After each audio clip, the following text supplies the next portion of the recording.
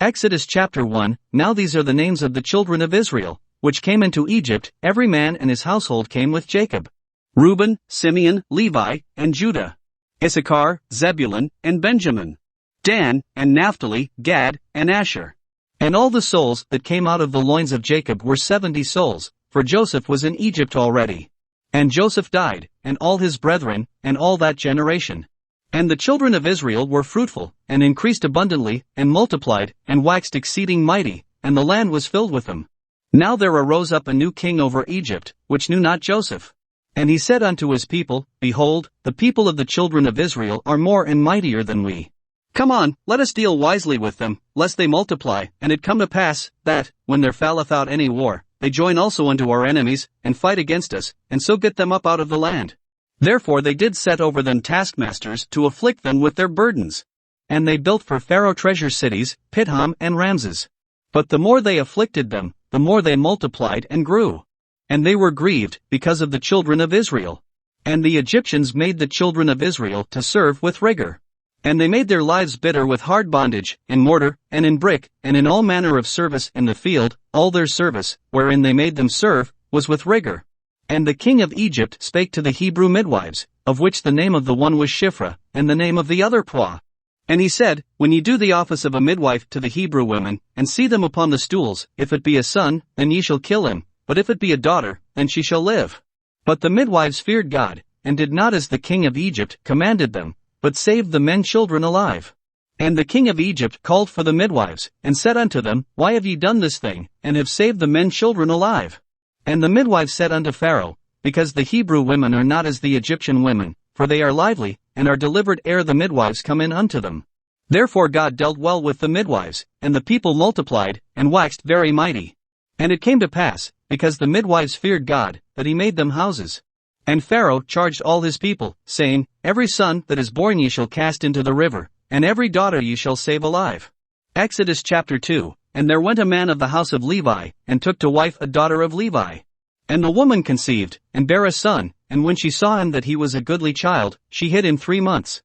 And when she could not longer hide him, she took for him an ark of bulrushes, and daubed it with slime and with pitch, and put the child therein, and she laid it in the flags by the river's brink. And his sister stood afar off, to wit what would be done to him. And the daughter of Pharaoh came down to wash herself at the river, and her maidens walked along by the river's side. And when she saw the ark among the flags, she sent her maid to fetch it. And when she had opened it, she saw the child, and, behold, the babe wept. And she had compassion on him, and said, This is one of the Hebrews' children. Then said his sister to Pharaoh's daughter, Shall I go and call to thee a nurse of the Hebrew women, that she may nurse the child for thee? And Pharaoh's daughter said to her, Go. And the maid went and called the child's mother. And Pharaoh's daughter said unto her, Take this child away, and nurse it for me, and I will give thee thy wages. And the woman took the child, and nursed it. And the child grew, and she brought him unto Pharaoh's daughter, and he became her son. And she called his name Moses, and she said, Because I drew him out of the water. And it came to pass in those days, when Moses was grown, that he went out unto his brethren, and looked on their burdens, and he spied an Egyptian smiting an Hebrew, one of his brethren. And he looked this way and that way, and when he saw that there was no man, he slew the Egyptian, and hid him in the sand. And when he went out the second day, behold, 2 men of the Hebrews strove together, and he said to him that did the wrong, Wherefore smitest thou thy fellow? And he said, Who made thee a prince and a judge over us?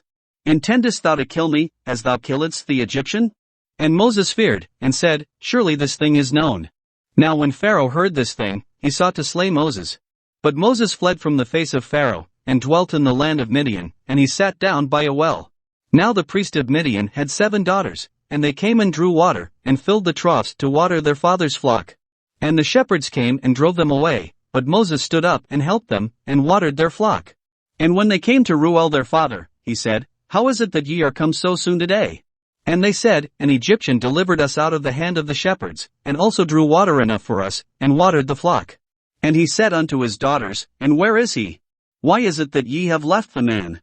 Call him, that he may eat bread. And Moses was content to dwell with the man, and he gave Moses Zipporah his daughter. And she bare him a son, and he called his name Gershom, for he said, I have been a stranger in a strange land. And it came to pass in process of time, that the king of Egypt died, and the children of Israel sighed by reason of the bondage, and they cried, and their cry came up unto God by reason of the bondage. And God heard their groaning, and God remembered his covenant with Abraham, with Isaac, and with Jacob. And God looked upon the children of Israel, and God had respect unto them.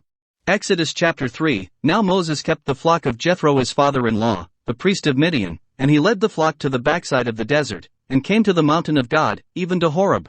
And the angel of the Lord appeared unto him in a flame of fire out of the midst of a bush, and he looked, and, behold, the bush burned with fire, and the bush was not consumed. And Moses said, I will now turn aside, and see this great sight, why the bush is not burnt. And when the Lord saw that he turned aside to see, God called unto him out of the midst of the bush, and said, Moses, Moses. And he said, Here am I. And he said, Draw not nigh hither, put off thy shoes from off thy feet, for the place whereon thou standest is holy ground. Moreover he said, I am the God of thy father, the God of Abraham, the God of Isaac, and the God of Jacob. And Moses hid his face, for he was afraid to look upon God. And the Lord said, I have surely seen the affliction of my people which are in Egypt, and have heard their cry by reason of their taskmasters, for I know their sorrows. And I am come down to deliver them out of the hand of the Egyptians, and to bring them up out of that land unto a good land and a large, unto a land flowing with milk and honey, unto the place of the Canaanites, and the Hittites, and the Amorites, and the Perizzites, and the Hivites, and the Jebusites.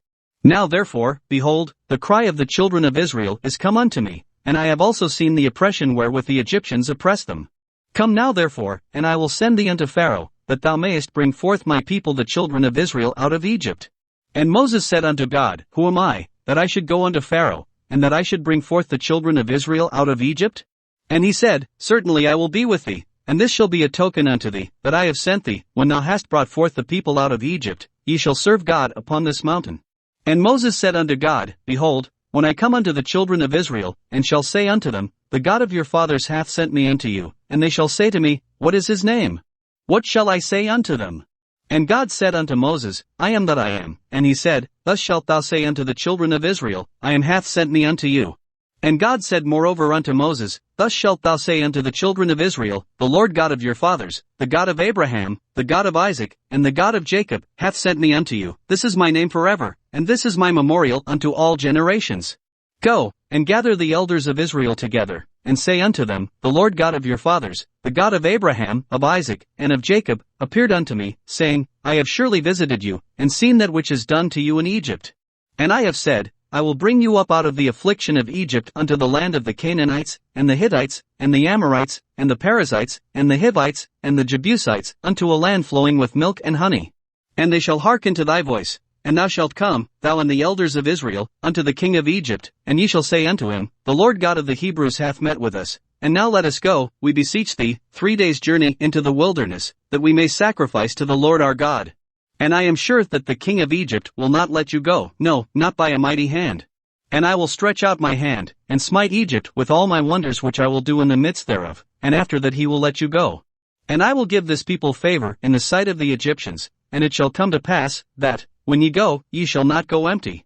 But every woman shall borrow of her neighbor, and of her that sojourneth in her house, jewels of silver, and jewels of gold, and raiment, and ye shall put them upon your sons, and upon your daughters, and ye shall spoil the Egyptians.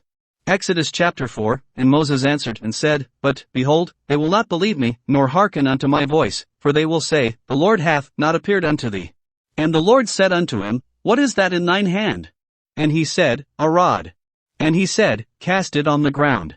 And he cast it on the ground, and it became a serpent, and Moses fled from before it. And the Lord said unto Moses, Put forth thine hand, and take it by the tail. And he put forth his hand, and caught it, and it became a rod in his hand. That they may believe that the Lord God of their fathers, the God of Abraham, the God of Isaac, and the God of Jacob, hath appeared unto thee. And the Lord said furthermore unto him, Put now thine hand into thy bosom. And he put his hand into his bosom, and when he took it out, behold, his hand was leprous as snow. And he said, Put thine hand into thy bosom again. And he put his hand into his bosom again, and plucked it out of his bosom, and, behold, it was turned again as his other flesh. And it shall come to pass, if they will not believe thee, neither hearken to the voice of the first sign, that they will believe the voice of the latter sign. And it shall come to pass, if they will not believe also these 2 signs, neither hearken unto thy voice, that thou shalt take of the water of the river, and pour it upon the dry land, and the water which thou takest out of the river shall become blood upon the dry land. And Moses said unto the Lord, O my Lord, I am not eloquent, neither heretofore, nor since thou hast spoken unto thy servant. but I am slow of speech, and of a slow tongue. And the Lord said unto him, Who hath made man's mouth? Or who mocketh the dumb, or deaf, or the seeing, or the blind? Have not I the Lord? Now therefore go, and I will be with thy mouth, and teach thee what thou shalt say. And he said, O my Lord, send, I pray thee, by the hand of him whom thou wilt send. And the anger of the Lord was kindled against Moses, and he said, Is not Aaron the Levite thy brother? I know that he can speak well. And also, behold, he cometh forth to meet thee, and when he seeth thee, he will be glad in his heart.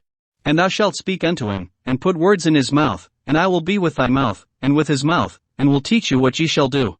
And he shall be thy spokesman unto the people, and he shall be, even he shall be to thee instead of a mouth, and thou shalt be to him instead of God. And thou shalt take this rod in thine hand, wherewith thou shalt do signs. And Moses went and returned to Jethro his father-in-law, and said unto him, Let me go, I pray thee, and return unto my brethren which are in Egypt, and see whether they be yet alive. And Jethro said to Moses, Go in peace. And the Lord said unto Moses in Midian, Go, return into Egypt, for all the men are dead which sought thy life. And Moses took his wife and his sons, and set them upon an ass, and he returned to the land of Egypt, and Moses took the rod of God in his hand. And the Lord said unto Moses, When thou goest to return into Egypt, see that thou do all those wonders before Pharaoh, which I have put in thine hand, but I will harden his heart, that he shall not let the people go. And thou shalt say unto Pharaoh, Thus saith the Lord, Israel is my son, even my firstborn. And I say unto thee, Let my son go, that he may serve me, and if thou refuse to let him go, behold, I will slay thy son, even thy firstborn. And it came to pass by the way in the inn, that the Lord met him, and sought to kill him. Then Zipporah took a sharp stone, and cut off the foreskin of her son, and cast it at his feet, and said, Surely a bloody husband art thou to me. So he let him go. Then she said, A bloody husband thou art, because of the circumcision. And the Lord said to Aaron, Go into the wilderness to meet Moses. And he went, and met him in the mount of God, and kissed him. And Moses told Aaron all the words of the Lord who had sent him, and all the signs which he had commanded him. And Moses and Aaron went and gathered together all the elders of the children of Israel. And Aaron spake all the words which the Lord had spoken unto Moses, and did the signs in the sight of the people. And the people believed, and when they heard that the Lord had visited the children of Israel, and that he had looked upon their affliction, then they bowed their heads and worshipped. Exodus chapter 5. And afterward Moses and Aaron went in, and told Pharaoh, Thus saith the Lord God of Israel, Let my people go, that they may hold a feast unto me in the wilderness. And Pharaoh said, Who is the Lord, that I should obey his voice to let Israel go? I know not the Lord, neither will I let Israel go. And they said, The God of the Hebrews hath met with us, let us go, we pray thee, 3 days' journey into the desert, and sacrifice unto the Lord our God, lest he fall upon us with pestilence, or with the sword. And the king of Egypt said unto them, Wherefore do ye, Moses and Aaron, let the people from their works? Get you unto your burdens. And Pharaoh said, Behold, the people of the land now are many, and ye make them rest from their burdens. And sacrifice unto the Lord our God, lest he fall upon us with pestilence, or with the sword. And Pharaoh commanded the same day the taskmasters of the people, and their officers, saying, Ye shall no more give the people straw to make brick, as heretofore, let them go and gather straw for themselves. And the tale of the bricks, which they did make heretofore, ye shall lay upon them, ye shall not diminish aught thereof, for they be idle, therefore they cry, saying, Let us go and sacrifice to our God. Let their more work be laid upon the men, that they may labor therein, and let them not regard vain words. And the taskmasters of the people went out, and their officers, and they spake to the people, saying, Thus saith Pharaoh, I will not give you straw. Go ye, get you straw where ye can find it, yet not aught of your work shall be diminished. So the people were scattered abroad throughout all the land of Egypt, to gather stubble instead of straw. And the taskmasters hasted them, saying, Fulfill your works, your daily tasks, as when there was straw. And the officers of the children of Israel, which Pharaoh's taskmasters had set over them, were beaten, and demanded, Wherefore have ye not fulfilled your task in making brick both yesterday and today, as heretofore? Then the officers of the children of Israel came and cried unto Pharaoh, saying, Wherefore dealest thou thus with thy servants? There is no straw given unto thy servants, and they say to us, Make brick, and, behold, thy servants are beaten, but the fault is in thine own people. But he said, Ye are idle, therefore ye say, Let us go and do sacrifice to the Lord. Go therefore now, and work, for there shall no straw be given you, yet shall ye deliver the tale of bricks. And the officers of the children of Israel did see that they were in evil case, after it was said, Ye shall not minish aught from your bricks of your daily task. And they met Moses and Aaron, who stood in the way, as they came forth from Pharaoh. And they said unto them, The Lord look upon you, and judge, because ye have made our savor to be abhorred in the eyes of Pharaoh, and in the eyes of his servants, to put a sword in their hand to slay us. And Moses returned unto the Lord, and said, Lord, wherefore hast thou so evil entreated this people? Why is it that thou hast sent me? For since I came to Pharaoh to speak in thy name, he hath done evil to this people, neither hast thou delivered thy people at all. Exodus chapter 6, Then the Lord said unto Moses, Now shalt thou see what I will do to Pharaoh, for with a strong hand shall he let them go, and with a strong hand shall he drive them out of his land. And God spake unto Moses, and said unto him, I am the Lord. And I appeared unto Abraham, unto Isaac, and unto Jacob, by the name of God Almighty, but by my name Jehovah was I not known to them. And I have also established my covenant with them, to give them the land of Canaan, the land of their pilgrimage, wherein they were strangers. And I have also heard the groaning of the children of Israel, whom the Egyptians keep in bondage, and I have remembered my covenant. Wherefore say unto the children of Israel, I am the Lord, and I will bring you out from under the burdens of the Egyptians, and I will rid you out of their bondage, and I will redeem you with a stretched out arm, and with great judgments. And I will take you to me for a people, and I will be to you a God, and ye shall know that I am the Lord your God, which bringeth you out from under the burdens of the Egyptians. And I will bring you in unto the land, concerning the which I did swear to give it to Abraham, to Isaac, and to Jacob, and I will give it you for an heritage, I am the Lord. And Moses spake so unto the children of Israel, but they hearkened not unto Moses for anguish of spirit, and for cruel bondage.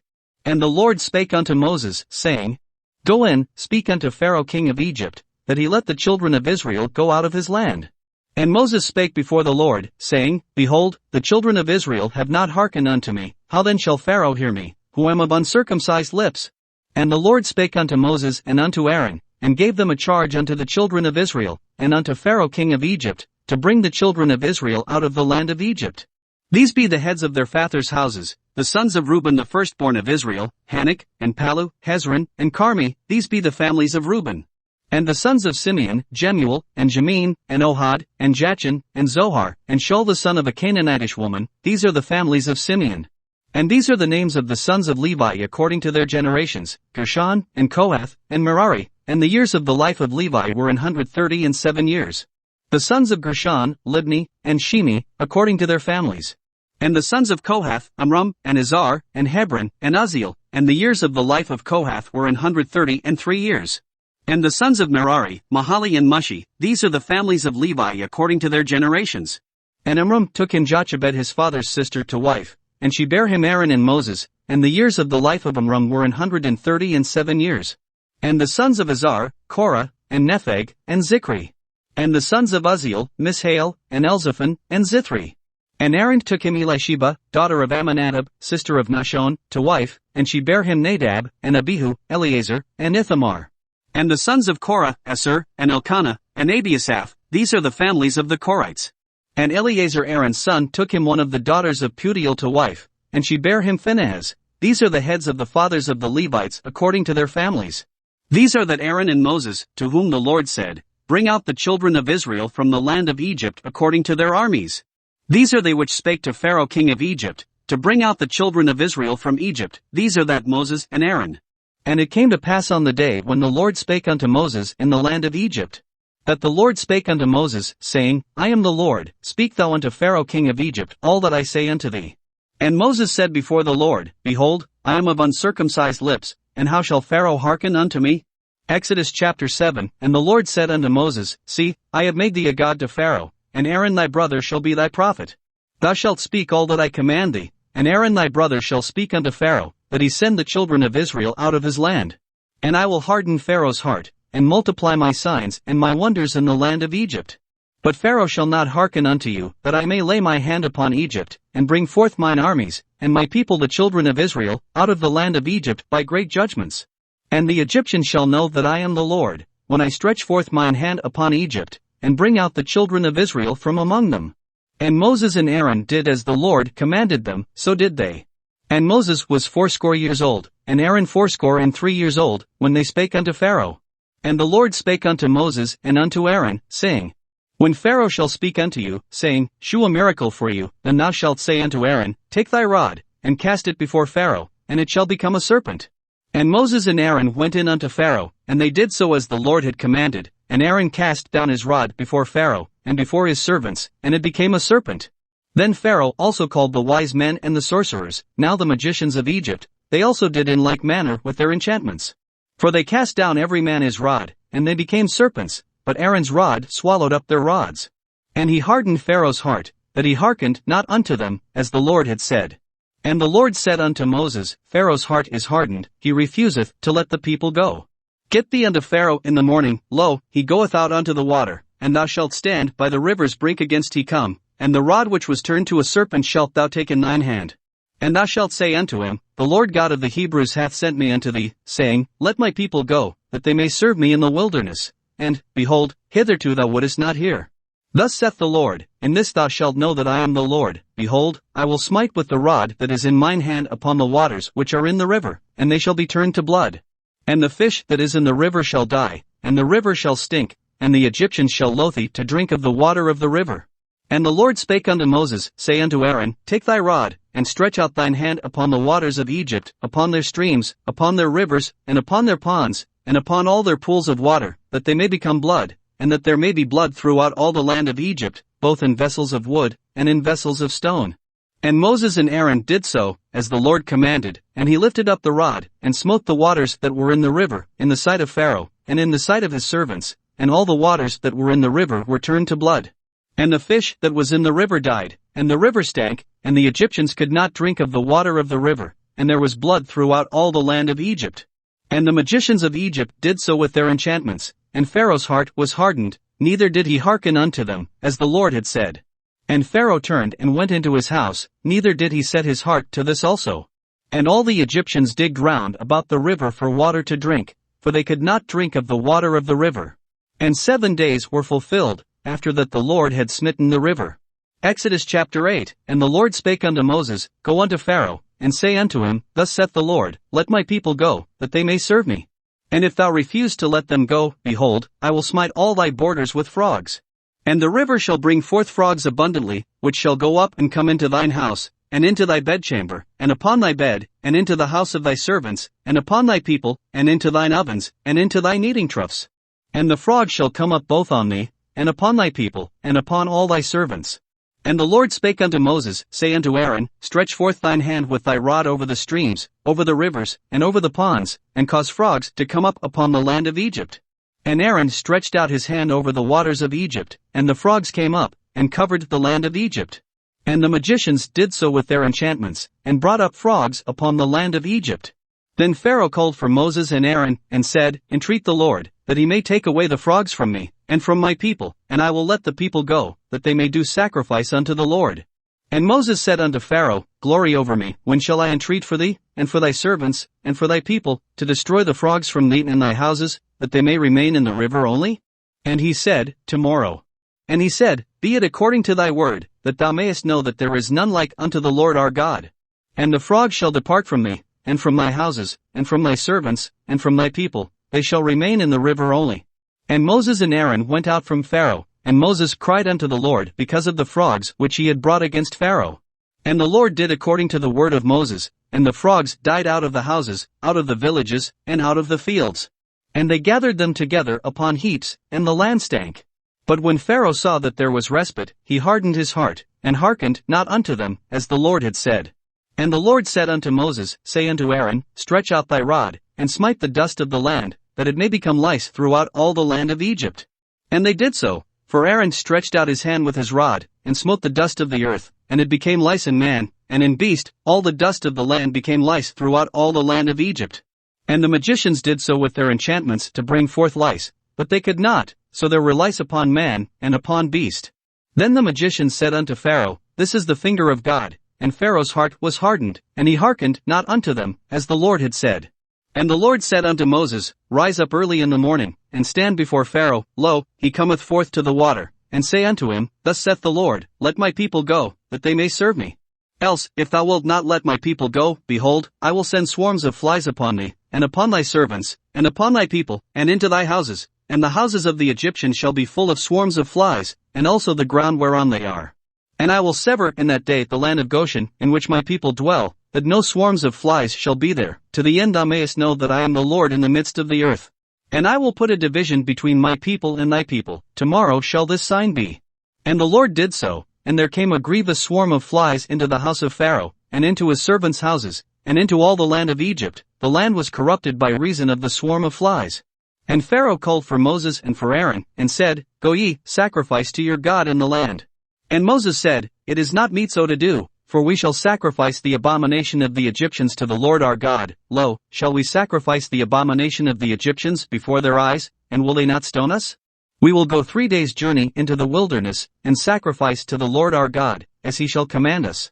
And Pharaoh said, I will let you go, that ye may sacrifice to the Lord your God in the wilderness. Only ye shall not go very far away, entreat for me. And Moses said, Behold, I go out from thee, and I will entreat the Lord that the swarms of flies may depart from Pharaoh, from his servants, and from his people, tomorrow. But let not Pharaoh deal deceitfully any more in not letting the people go to sacrifice to the Lord.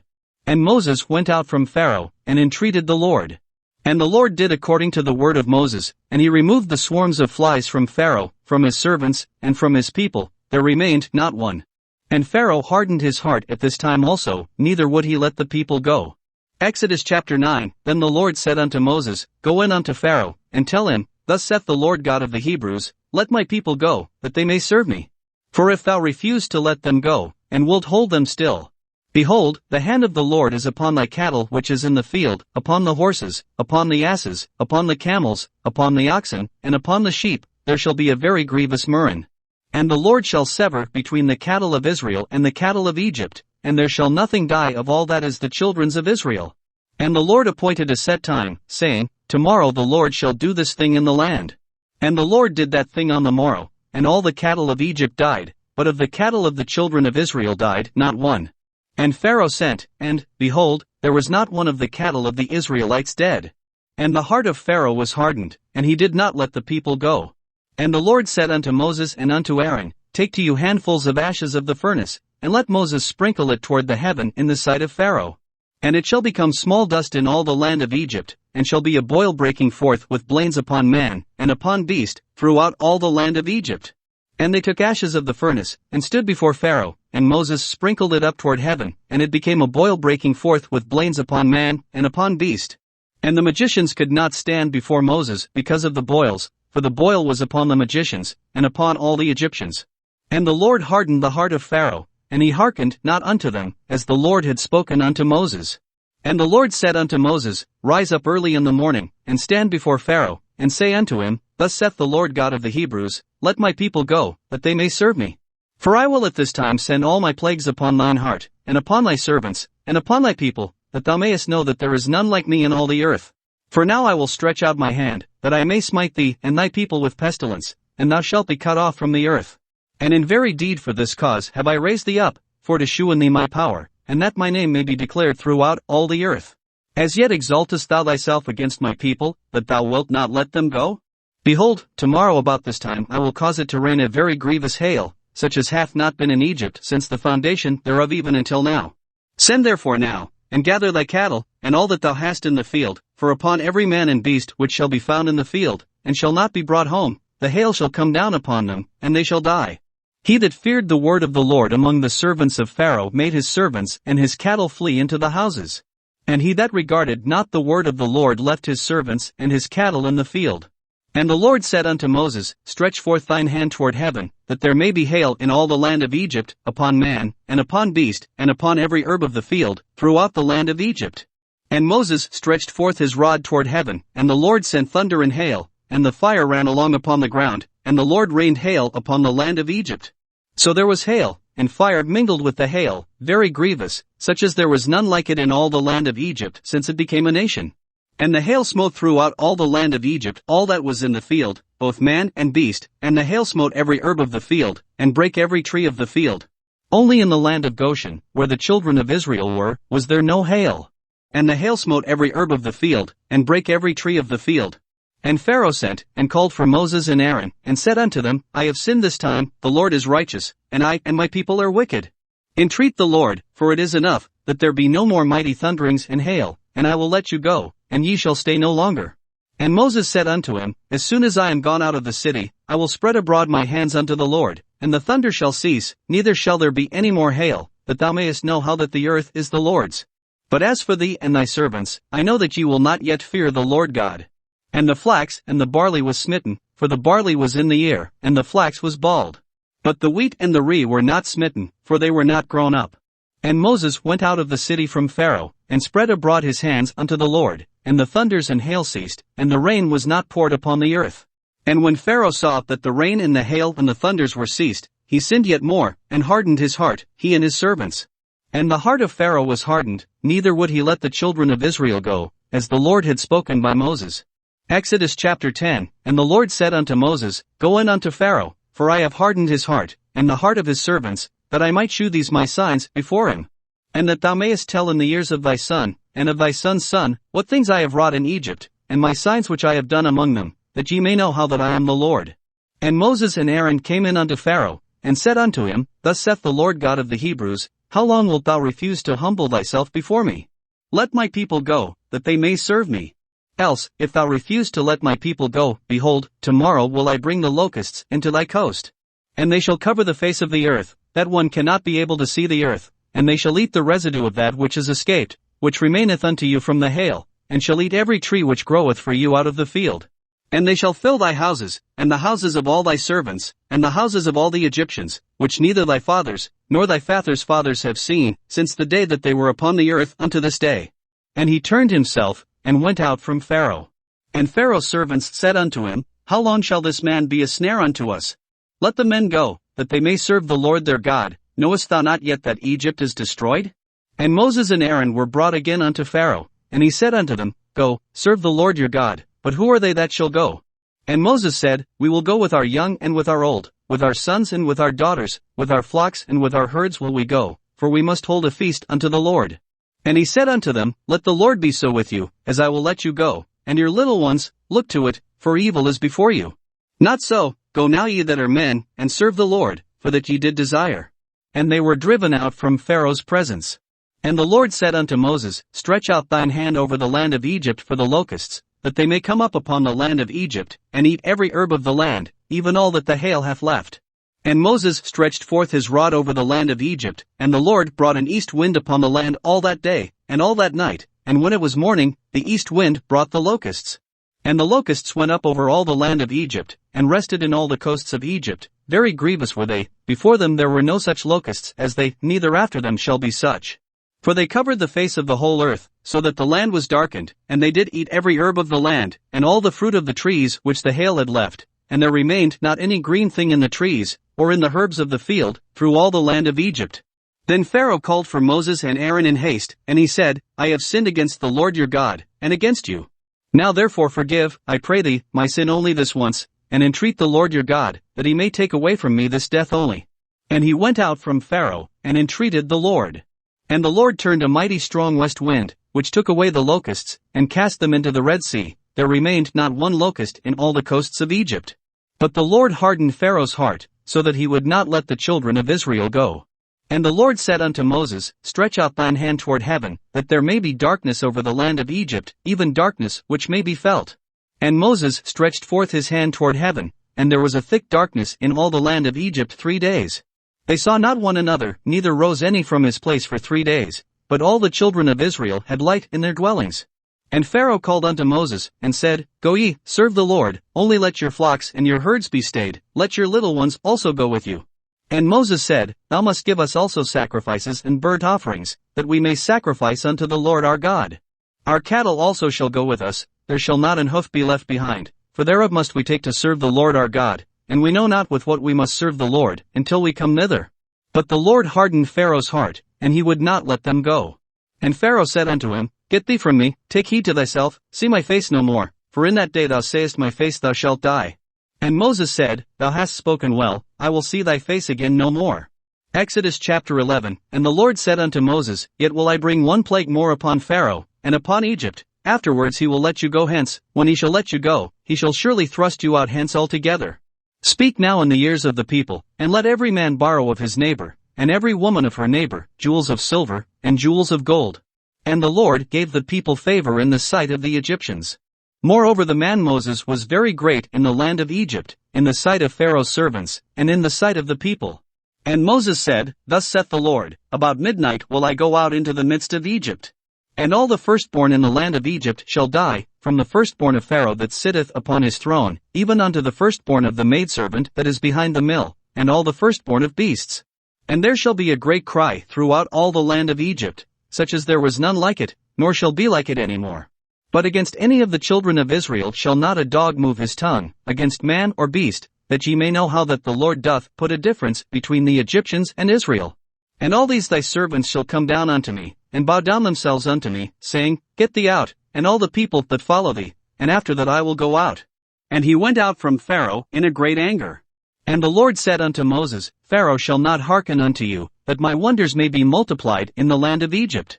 And Moses and Aaron did all these wonders before Pharaoh, and the Lord hardened Pharaoh's heart, so that he would not let the children of Israel go out of his land. Exodus chapter 12. And the Lord spake unto Moses and Aaron in the land of Egypt, saying, This month shall be unto you the beginning of months, it shall be the first month of the year to you. Speak ye unto all the congregation of Israel, saying, In the 10th day of this month they shall take to them every man a lamb, according to the house of their fathers, a lamb for an house. And if the household be too little for the lamb, let him and his neighbor next unto his house take it according to the number of the souls. Every man according to his eating shall make your count for the lamb. Your lamb shall be without blemish, a male of the first year. Ye shall take it out from the sheep, or from the goats. And ye shall keep it up until the 14th day of the same month, and the whole assembly of the congregation of Israel shall kill it in the evening. And they shall take of the blood, and strike it on the two side posts and on the upper doorpost of the houses, wherein they shall eat it. And they shall eat the flesh in that night, roast with fire, and unleavened bread, and with bitter herbs they shall eat it. Eat not of it raw, nor sodden at all with water, but roast with fire, his head with his legs, and with the purtenance thereof. And ye shall let nothing of it remain until the morning, and that which remaineth of it until the morning ye shall burn with fire. And thus shall ye eat it, with your loins girded, your shoes on your feet, and your staff in your hand, and ye shall eat it in haste. It is the Lord's Passover. For I will pass through the land of Egypt this night, and will smite all the firstborn in the land of Egypt, both man and beast, and against all the gods of Egypt I will execute judgment. I am the Lord. And the blood shall be to you for a token upon the houses where ye are, and when I see the blood, I will pass over you, and the plague shall not be upon you to destroy you, when I smite the land of Egypt. And this day shall be unto you for a memorial, and ye shall keep it a feast to the Lord throughout your generations. Ye shall keep it a feast by an ordinance forever. 7 days shall ye eat unleavened bread, even the first day ye shall put away leaven out of your houses, for whosoever eateth leavened bread from the first day until the 7th day, that soul shall be cut off from Israel. And in the first day there shall be an holy convocation, and in the 7th day there shall be an holy convocation to you. No manner of work shall be done in them, save that which every man must eat, that only may be done of you. And ye shall observe the feast of unleavened bread, for in this selfsame day have I brought your armies out of the land of Egypt. Therefore shall ye observe this day in your generations by an ordinance forever. In the first month, on the 14th day of the month at even, ye shall eat unleavened bread, until the 21st day of the month at even. 7 days shall there be no leaven found in your houses, for whosoever eateth that which is leavened, even that soul shall be cut off from the congregation of Israel, whether he be a stranger, or born in the land. Ye shall eat nothing leavened, in all your habitations shall ye eat unleavened bread. Then Moses called for all the elders of Israel, and said unto them, Draw out and take you a lamb according to your families, and kill the Passover. And ye shall take a bunch of hyssop, and dip it in the blood that is in the basin, and strike the lintel and the two side posts with the blood that is in the basin, and none of you shall go out at the door of his house until the morning. For the Lord will pass through to smite the Egyptians, and when he seeth the blood upon the lintel, and on the two side posts, the Lord will pass over the door, and will not suffer the destroyer to come in unto your houses to smite you. And ye shall observe this thing for an ordinance to thee and to thy sons forever. And it shall come to pass, when ye be come to the land which the Lord will give you, according as he hath promised, that ye shall keep this service. And it shall come to pass, when your children shall say unto you, What mean ye by this service? That ye shall say, It is the sacrifice of the Lord's Passover, who passed over the houses of the children of Israel in Egypt, when he smote the Egyptians, and delivered our houses. And the people bowed the head and worshipped. And the children of Israel went away, and did as the Lord had commanded Moses and Aaron, so did they. And it came to pass, that at midnight the Lord smote all the firstborn in the land of Egypt, from the firstborn of Pharaoh that sat on his throne unto the firstborn of the captive that was in the dungeon, and all the firstborn of cattle. And Pharaoh rose up in the night, he, and all his servants, and all the Egyptians, and there was a great cry in Egypt, for there was not a house where there was not one dead. And he called for Moses and Aaron by night, and said, Rise up, and get you forth from among my people, both ye and the children of Israel, and go, serve the Lord, as ye have said. Also take your flocks and your herds, as ye have said, and be gone, and bless me also. And the Egyptians were urgent upon the people, that they might send them out of the land in haste, for they said, We be all dead men. And the people took their dough before it was leavened, their kneading troughs being bound up in their clothes upon their shoulders. And the children of Israel did according to the word of Moses, and they borrowed of the Egyptians jewels of silver, and jewels of gold, and raiment. And the Lord gave the people favor in the sight of the Egyptians, so that they lent unto them such things as they required. And they spoiled the Egyptians. And the children of Israel journeyed from Ramesses to Succoth, about 600,000 on foot that were men, beside children. And a mixed multitude went up also with them, and flocks, and herds, even very much cattle. And they baked unleavened cakes of the dough which they brought forth out of Egypt, for it was not leavened, because they were thrust out of Egypt, and could not tarry, neither had they prepared for themselves any victual. Now the sojourning of the children of Israel, who dwelt in Egypt, was 430 years. And it came to pass at the end of the 430 years, even the selfsame day it came to pass, that all the hosts of the Lord went out from the land of Egypt. It is a night to be much observed unto the Lord for bringing them out from the land of Egypt. This is that night of the Lord to be observed of all the children of Israel in their generations. And the Lord said unto Moses and Aaron, This is the ordinance of the Passover, there shall no stranger eat thereof.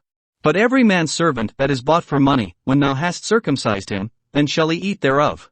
A foreigner and an hired servant shall not eat thereof. In one house shall it be eaten, thou shalt not carry forth out of the flesh abroad out of the house, neither shall ye break a bone thereof. All the congregation of Israel shall keep it. And when a stranger shall sojourn with thee, and will keep the Passover to the Lord, let all his males be circumcised, and then let him come near and keep it, and he shall be as one that is born in the land, for no uncircumcised person shall eat thereof. One law shall be to him that is homeborn, and unto the stranger that sojourneth among you. Thus did all the children of Israel, as the Lord commanded Moses and Aaron, so did they. And it came to pass the selfsame day, that the Lord did bring the children of Israel out of the land of Egypt by their armies.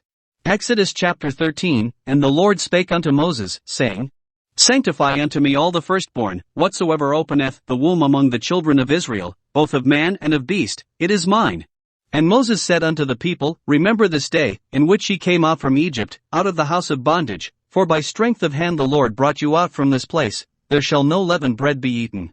This day came ye out in the month Abib.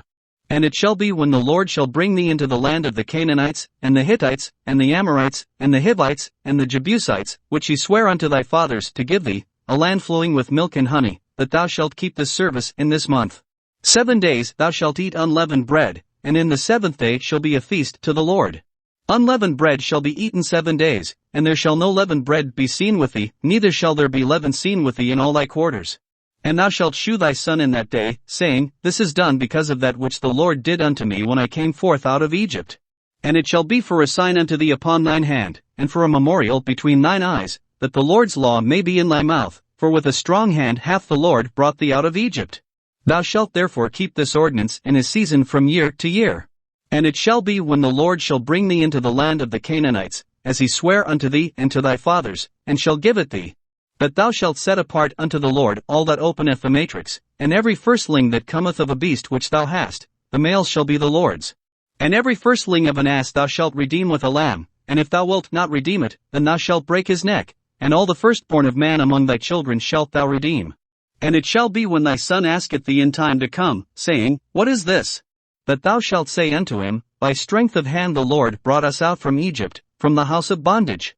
And it came to pass, when Pharaoh would hardly let us go, that the Lord slew all the firstborn in the land of Egypt, both the firstborn of man, and the firstborn of beast. Therefore I sacrifice to the Lord all that openeth the matrix, being males, but all the firstborn of my children I redeem. And it shall be for a token upon thine hand, and for frontlets between thine eyes, for by strength of hand the Lord brought us forth out of Egypt. And it came to pass, when Pharaoh had let the people go, that God led them not through the way of the land of the Philistines, although that was near, for God said, Lest peradventure the people repent when they see war, and they return to Egypt. But God led the people about, through the way of the wilderness of the Red Sea, and the children of Israel went up harnessed out of the land of Egypt. And Moses took the bones of Joseph with him, for he had straitly sworn the children of Israel, saying, God will surely visit you, and ye shall carry up my bones away hence with you. And they took their journey from Succos, and encamped in Etham, in the edge of the wilderness. And the Lord went before them by day in a pillar of a cloud, to lead them the way, and by night in a pillar of fire, to give them light, to go by day and night. He took not away the pillar of the cloud by day, nor the pillar of fire by night, from before the people. Exodus chapter 14. And the Lord spake unto Moses, saying, Speak unto the children of Israel, that they turn and encamp before Pi-hahiroth, between Migdol and the sea, over against Baalzephon, before it shall ye encamp by the sea. For Pharaoh will say of the children of Israel, They are entangled in the land, the wilderness hath shut them in. And I will harden Pharaoh's heart, that he shall follow after them, and I will be honored upon Pharaoh, and upon all his host, that the Egyptians may know that I am the Lord. And they did so. And it was told the king of Egypt that the people fled, and the heart of Pharaoh and of his servants was turned against the people, and they said, Why have we done this, that we have let Israel go from serving us? And he made ready his chariot, and took his people with him. And he took 600 chosen chariots, and all the chariots of Egypt, and captains over every one of them. And the Lord hardened the heart of Pharaoh king of Egypt, and he pursued after the children of Israel, and the children of Israel went out with an high hand. But the Egyptians pursued after them all the horses and chariots of Pharaoh, and his horsemen, and his army, and overtook them encamping by the sea, beside Pi-hahiroth, before Baalzephon. And when Pharaoh drew nigh, the children of Israel lifted up their eyes, and, behold, the Egyptians marched after them, and they were sore afraid, and the children of Israel cried out unto the Lord.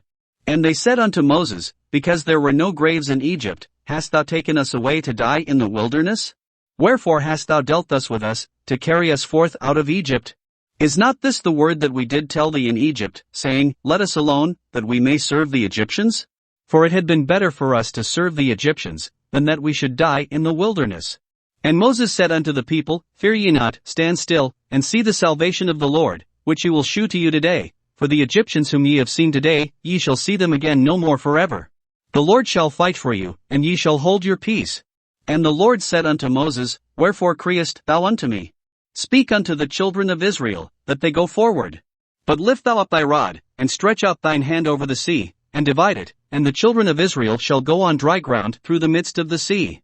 And behold, I will harden the hearts of the Egyptians, and they shall follow them, and I will get me honor upon Pharaoh, and upon all his host, upon his chariots, and upon his horsemen. And the Egyptians shall know that I am the Lord, when I have gotten me honor upon Pharaoh, upon his chariots, and upon his horsemen. And the angel of God, which went before the camp of Israel, removed and went behind them, and the pillar of the cloud went from before their face, and stood behind them. And it came between the camp of the Egyptians and the camp of Israel, and it was a cloud and darkness to them, but it gave light by night to these, so that the one came not near the other all the night. And Moses stretched out his hand over the sea, and the Lord caused the sea to go back by a strong east wind all that night, and made the sea dry land, and the waters were divided. And the children of Israel went into the midst of the sea upon the dry ground, and the waters were a wall unto them on their right hand, and on their left. And the Egyptians pursued, and went in after them to the midst of the sea, even all Pharaoh's horses, his chariots, and his horsemen. And it came to pass, that in the morning watch the Lord looked unto the host of the Egyptians through the pillar of fire and of the cloud, and troubled the host of the Egyptians. And took off their chariot wheels, that they drave them heavily, so that the Egyptians said, Let us flee from the face of Israel, for the Lord fighteth for them against the Egyptians. And the Lord said unto Moses, Stretch out thine hand over the sea, that the waters may come again upon the Egyptians, upon their chariots, and upon their horsemen. And Moses stretched forth his hand over the sea, and the sea returned to his strength when the morning appeared, and the Egyptians fled against it, and the Lord overthrew the Egyptians in the midst of the sea. And the waters returned, and covered the chariots, and the horsemen, and all the host of Pharaoh that came into the sea after them. There remained not so much as one of them. But the children of Israel walked upon dry land in the midst of the sea, and the waters were a wall unto them on their right hand, and on their left. Thus the Lord saved Israel that day out of the hand of the Egyptians, and Israel saw the Egyptians dead upon the sea shore. And Israel saw that great work which the Lord did upon the Egyptians, and the people feared the Lord, and believed the Lord, and his servant Moses. Exodus chapter 15. Then sang Moses and the children of Israel this song unto the Lord, and spake, saying, I will sing unto the Lord, for he hath triumphed gloriously, the horse and his rider hath he thrown into the sea. The Lord is my strength and song, and he is become my salvation. He is my God, and I will prepare him an habitation, my father's God, and I will exalt him. The Lord is a man of war, the Lord is his name. Pharaoh's chariots and his host hath he cast into the sea, his chosen captains also are drowned in the Red Sea. The depths have covered them, they sank into the bottom as a stone. Thy right hand, O Lord, is become glorious in power, thy right hand, O Lord, hath dashed in pieces the enemy. And in the greatness of thine excellency thou hast overthrown them that rose up against thee, thou sentest forth thy wrath, which consumed them as stubble. And with the blast of thy nostrils the waters were gathered together, the floods stood upright as an heap, and the depths were congealed in the heart of the sea. The enemy said, I will pursue, I will overtake, I will divide the spoil, my lust shall be satisfied upon them, I will draw my sword, my hand shall destroy them. Thou didst blow with thy wind, the sea covered them, they sank as lead in the mighty waters. Who is like unto thee, O Lord, among the gods? Who is like thee, glorious in holiness, fearful in praises, doing wonders? Thou stretchedst out thy right hand, the earth swallowed them. Thou in thy mercy hast led forth the people which thou hast redeemed, thou hast guided them in thy strength unto thy holy habitation. The people shall hear, and be afraid, sorrow shall take hold on the inhabitants of Palestina. Then the dukes of Edom shall be amazed, the mighty men of Moab, trembling shall take hold upon them, all the inhabitants of Canaan shall melt away. Fear and dread shall fall upon them, by the greatness of thine arm they shall be as still as a stone, till thy people pass over, O Lord, till the people pass over, which thou hast purchased. Thou shalt bring them in, and plant them in the mountain of thine inheritance, in the place, O Lord, which thou hast made for thee to dwell in the sanctuary, O Lord, which thy hands have established. The Lord shall reign forever and ever. For the horse of Pharaoh went in with his chariots and with his horsemen into the sea, and the Lord brought again the waters of the sea upon them, but the children of Israel went on dry land in the midst of the sea. And Miriam the prophetess, the sister of Aaron, took a timbrel in her hand, and all the women went out after her with timbrels and with dances. And Miriam answered them, Sing ye to the Lord, for he hath triumphed gloriously, the horse and his rider hath he thrown into the sea. So Moses brought Israel from the Red Sea, and they went out into the wilderness of Shur, and they went 3 days in the wilderness, and found no water. And when they came to Marah, they could not drink of the waters of Marah, for they were bitter, therefore the name of it was called Marah. And the people murmured against Moses, saying, What shall we drink? And he cried unto the Lord, and the Lord shewed him a tree, which when he had cast into the waters were made sweet, there he made for them a statute and an ordinance, and there he proved them. And said, If thou wilt diligently hearken to the voice of the Lord thy God, and wilt do that which is right in his sight, and wilt give ear to his commandments, and keep all his statutes, I will put none of these diseases upon thee, which I have brought upon the Egyptians, for I am the Lord that healeth thee. And they came to Elim, where were 12 wells of water, and 70 palm trees, and they encamped there by the waters. Exodus chapter 16, And they took their journey from Elim, and all the congregation of the children of Israel came unto the wilderness of Sin, which is between Elim and Sinai, on the 15th day of the 2nd month after their departing out of the land of Egypt. And the whole congregation of the children of Israel murmured against Moses and Aaron in the wilderness. And the children of Israel said unto them, Would to God we had died by the hand of the Lord in the land of Egypt, when we sat by the flesh pots, and when we did eat bread to the full, for ye have brought us forth into this wilderness, to kill this whole assembly with hunger. Then said the Lord unto Moses, Behold, I will rain bread from heaven for you, and the people shall go out and gather a certain rate every day, that I may prove them, whether they will walk in my law, or no. And it shall come to pass, that on the 6th day they shall prepare that which they bring in, and it shall be twice as much as they gather daily. And Moses and Aaron said unto all the children of Israel, At even, then ye shall know that the Lord hath brought you out from the land of Egypt. And in the morning, then ye shall see the glory of the Lord, for that he heareth your murmurings against the Lord. And what are we, that ye murmur against us? And Moses said, This shall be, when the Lord shall give you in the evening flesh to eat, and in the morning bread to the full, for that the Lord heareth your murmurings which ye murmur against him. And what are we? Your murmurings are not against us, but against the Lord. And Moses spake unto Aaron, Say unto all the congregation of the children of Israel, Come near before the Lord, for he hath heard your murmurings.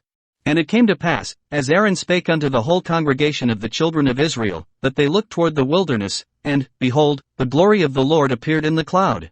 And the Lord spake unto Moses, saying, I have heard the murmurings of the children of Israel, speak unto them, saying, At even ye shall eat flesh, and in the morning ye shall be filled with bread, and ye shall know that I am the Lord your God. And it came to pass, that at even the quails came up, and covered the camp, and in the morning the dew lay round about the host. And when the dew that lay was gone up, behold, upon the face of the wilderness there lay a small round thing, as small as the hoarfrost on the ground.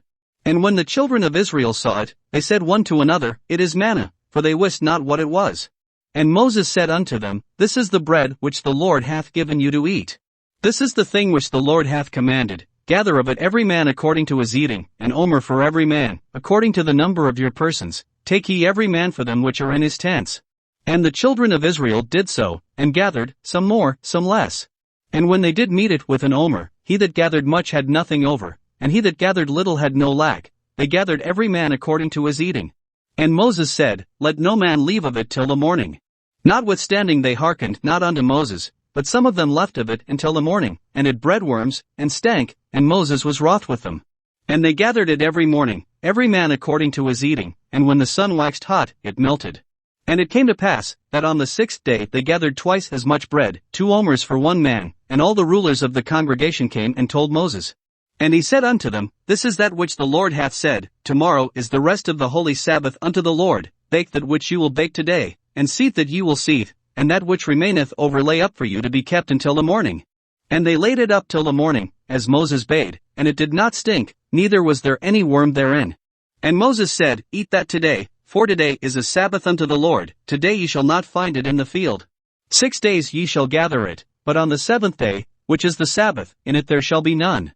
And it came to pass, that there went out some of the people on the 7th day for to gather, and they found none. And the Lord said unto Moses, How long refuse ye to keep my commandments and my laws? See, for that the Lord hath given you the Sabbath, therefore he giveth you on the 6th day the bread of 2 days, abide ye every man in his place, let no man go out of his place on the 7th day. So the people rested on the 7th day. And the house of Israel called the name thereof manna, and it was like coriander seed, white, and the taste of it was like wafers made with honey. And Moses said, This is the thing which the Lord commandeth, fill an omer of it to be kept for your generations, that they may see the bread wherewith I have fed you in the wilderness, when I brought you forth from the land of Egypt. And Moses said unto Aaron, Take a pot, and put an omer full of manna therein, and lay it up before the Lord, to be kept for your generations. As the Lord commanded Moses, so Aaron laid it up before the testimony, to be kept. And the children of Israel did eat manna 40 years, until they came to a land inhabited, they did eat manna, until they came unto the borders of the land of Canaan. Now an omer is the 10th part of an ephah. Exodus chapter 17, And all the congregation of the children of Israel journeyed from the wilderness of Sin, after their journeys, according to the commandment of the Lord, and pitched in Rephidim, and there was no water for the people to drink. Wherefore the people did chide with Moses, and said, Give us water that we may drink. And Moses said unto them, Why chide ye with me? Wherefore do ye tempt the Lord? And the people thirsted there for water, and the people murmured against Moses, and said, Wherefore is this that thou hast brought us up out of Egypt, to kill us and our children and our cattle with thirst? And Moses cried unto the Lord, saying, What shall I do unto this people? They be almost ready to stone me. And the Lord said unto Moses, Go on before the people, and take with thee of the elders of Israel, and thy rod, wherewith thou smotest the river, take in thine hand, and go. Behold, I will stand before thee there upon the rock in Horeb, and thou shalt smite the rock, and there shall come water out of it, that the people may drink. And Moses did so in the sight of the elders of Israel. And he called the name of the place Massah, and Meribah, because of the chiding of the children of Israel, and because they tempted the Lord, saying, Is the Lord among us, or not? Then came Amalek, and fought with Israel in Rephidim. And Moses said unto Joshua, Choose us out men, and go out, fight with Amalek. Tomorrow I will stand on the top of the hill with the rod of God in mine hand. So Joshua did as Moses had said to him, and fought with Amalek, and Moses, Aaron, and Hur went up to the top of the hill. And it came to pass, when Moses held up his hand, that Israel prevailed, and when he let down his hand, Amalek prevailed. But Moses' hands were heavy, and they took a stone, and put it under him, and he sat thereon, and Aaron and Hur stayed up his hands, the one on the one side, and the other on the other side, and his hands were steady until the going down of the sun. And Joshua discomfited Amalek and his people with the edge of the sword.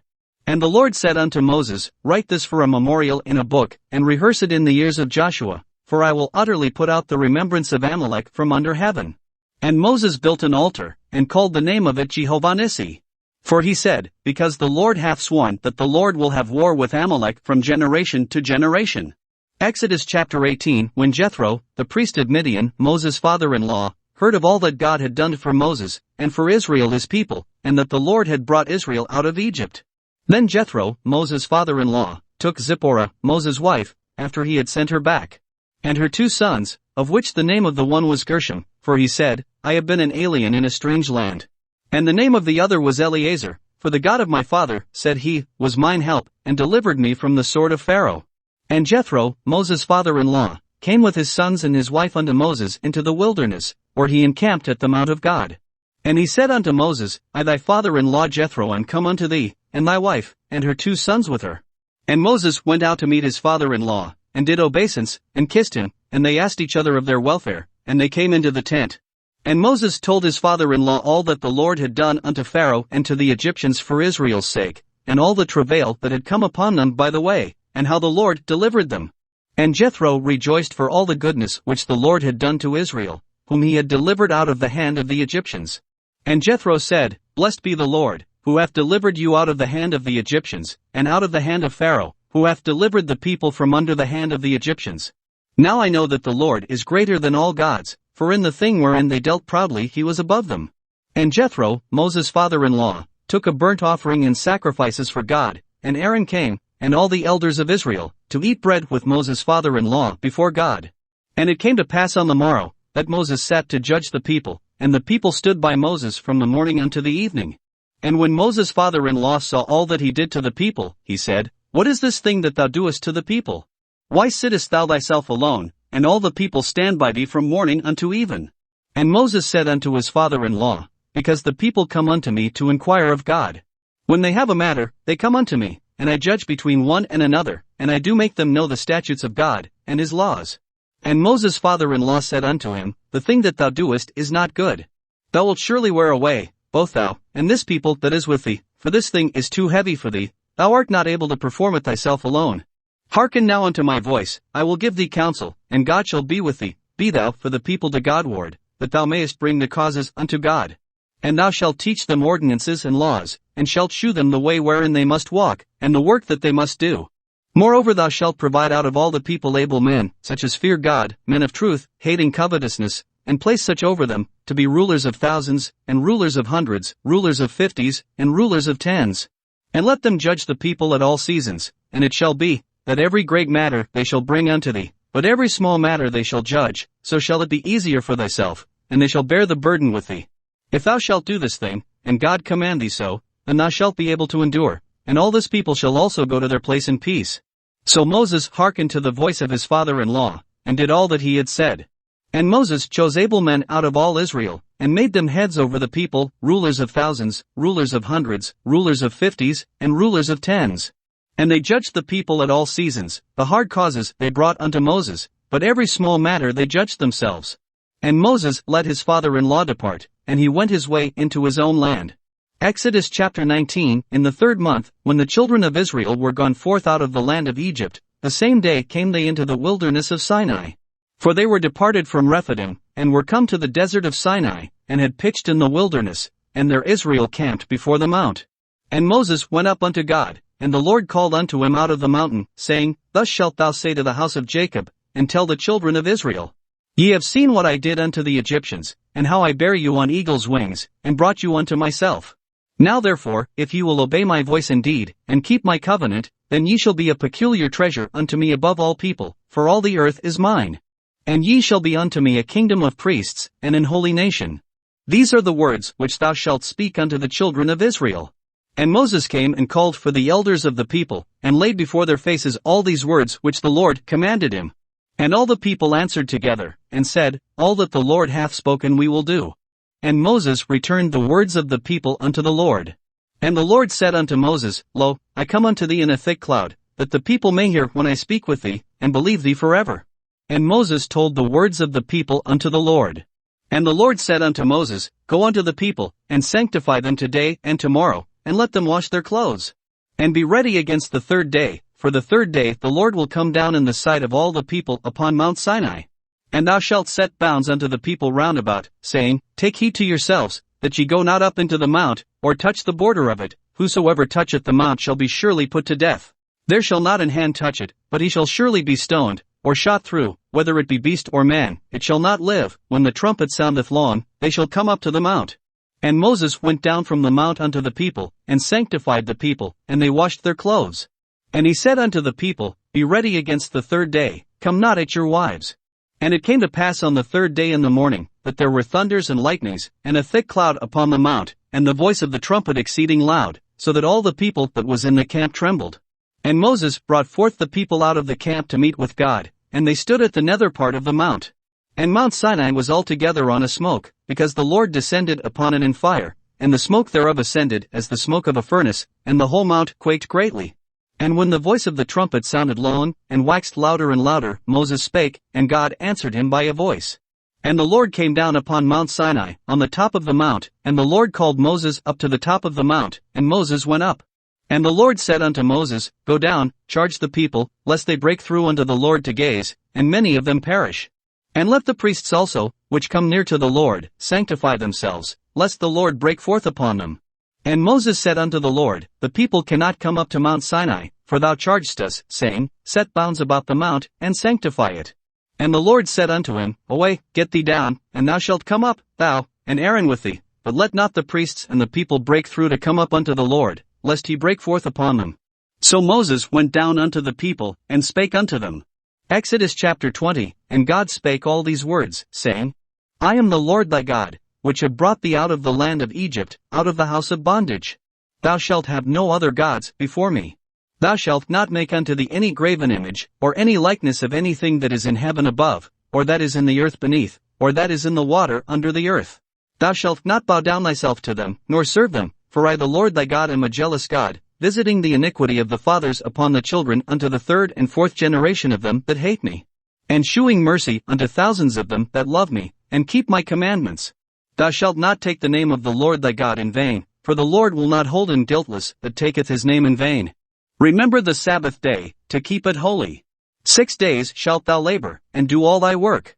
But the seventh day is the Sabbath of the Lord thy God, in it thou shalt not do any work, thou, nor thy son, nor thy daughter, thy manservant, nor thy maidservant, nor thy cattle, nor thy stranger that is within thy gates.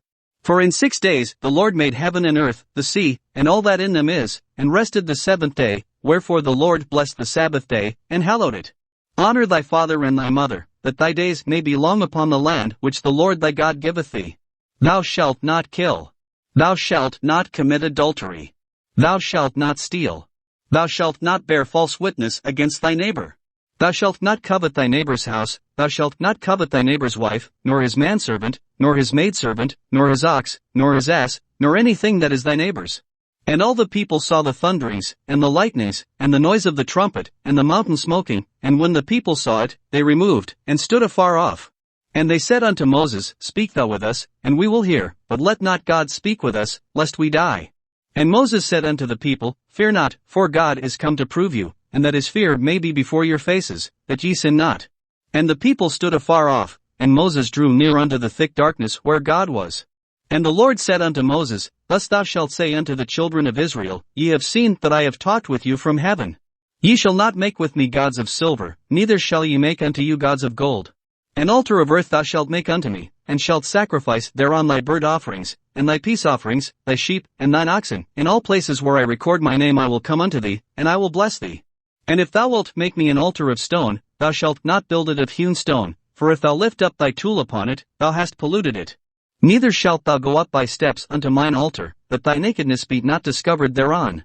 Exodus chapter 21, Now these are the judgments which thou shalt set before them. If thou buy an Hebrew servant, 6 years he shall serve, and in the 7th he shall go out free for nothing.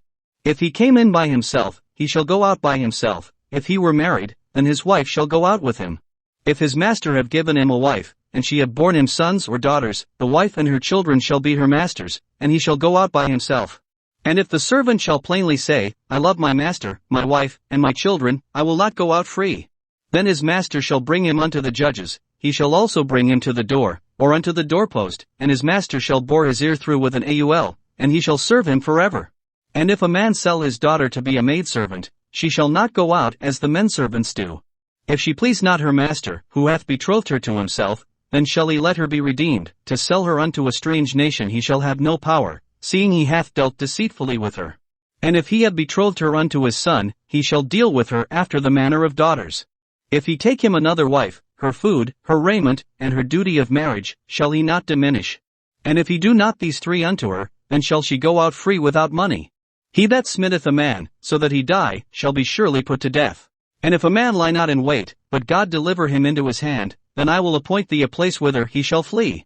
But if a man come presumptuously upon his neighbor, to slay him with guile, thou shalt take him from mine altar, that he may die. And he that smitteth his father, or his mother, shall be surely put to death. And he that stealeth a man, and selleth him, or if he be found in his hand, he shall surely be put to death. And he that curseth his father, or his mother, shall surely be put to death. And if men strive together, and one smite another with a stone, or with his fist, and he die not, but keepeth his bed, if he rise again, and walk abroad upon his staff, then shall he that smote him be quit, only he shall pay for the loss of his time, and shall cause him to be thoroughly healed. And if a man smite his servant, or his maid, with a rod, and he die under his hand, he shall be surely punished. Notwithstanding, if he continue a day or two, he shall not be punished, for he is his money. If men strive, and hurt a woman with child, so that her fruit depart from her, and yet no mischief follow, he shall be surely punished, according as the woman's husband will lay upon him, and he shall pay as the judges determine. And if any mischief follow, then thou shalt give life for life, eye for eye, tooth for tooth, hand for hand, foot for foot, burning for burning, wound for wound, stripe for stripe. And if a man smite the eye of his servant, or the eye of his maid, that it perish, he shall let him go free for his eye's sake. And if he smite out his manservant's tooth, or his maidservant's tooth, he shall let him go free for his tooth's sake. If an ox gore a man or a woman, that they die, then the ox shall be surely stoned, and his flesh shall not be eaten, but the owner of the ox shall be quit. But if the ox were wont to push with his horn in time past, and it hath been testified to his owner, and he hath not kept him in, but that he hath killed a man or a woman, the ox shall be stoned, and his owner also shall be put to death. If there be laid on him a sum of money, then he shall give for the ransom of his life whatsoever is laid upon him. Whether he have gored a son, or have gored a daughter, according to this judgment shall it be done unto him. If the ox shall push a manservant or a maidservant, he shall give unto their master 30 shekels of silver, and the ox shall be stoned. And if a man shall open a pit, or if a man shall dig a pit, and not cover it, and an ox or an ass fall therein, the owner of the pit shall make it good, and give money unto the owner of them, and the dead beast shall be his. And if one man's ox hurt another's, that he die, then they shall sell the live ox, and divide the money of it, and the dead ox also they shall divide. Or if it be known that the ox hath used to push in time past, and his owner hath not kept him in, he shall surely pay ox for ox, and the dead shall be his own. Exodus chapter 22, If a man shall steal an ox, or a sheep, and kill it, or sell it, he shall restore 5 oxen for an ox, and 4 sheep for a sheep. If a thief be found breaking up, and be smitten that he die, there shall no blood be shed for him. If the sun be risen upon him, there shall be blood shed for him, for he should make full restitution. If he have nothing, then he shall be sold for his theft. If the theft be certainly found in his hand alive, whether it be ox, or ass, or sheep, he shall restore double. If a man shall cause a field or vineyard to be eaten, and shall put in his beast, and shall feed in another man's field, of the best of his own field, and of the best of his own vineyard, shall he make restitution. If fire break out, and catch in thorns, so that the stacks of corn, or the standing corn, or the field, be consumed therewith, he that kindled the fire shall surely make restitution. If a man shall deliver unto his neighbor money or stuff to keep, and it be stolen out of the man's house, if the thief be found, let him pay double. If the thief be not found, then the master of the house shall be brought unto the judges, to see whether he have put his hand unto his neighbor's goods. For all manner of trespass, whether it be for ox, for ass, for sheep, for raiment, or for any manner of lost thing, which another challengeth to be his, the cause of both parties shall come before the judges, and whom the judges shall condemn, he shall pay double unto his neighbor. If a man deliver unto his neighbor an ass, or an ox, or a sheep, or any beast, to keep, and it die, or be hurt, or driven away, no man seeing it, then shall an oath of the Lord be between them both, that he hath not put his hand unto his neighbor's goods, and the owner of it shall accept thereof, and he shall not make it good. And if it be stolen from him, he shall make restitution unto the owner thereof. If it be torn in pieces, then let him bring it for witness, and he shall not make good that which was torn. And if a man borrow aught of his neighbor, and it be hurt, or die, the owner thereof being not with it, he shall surely make it good.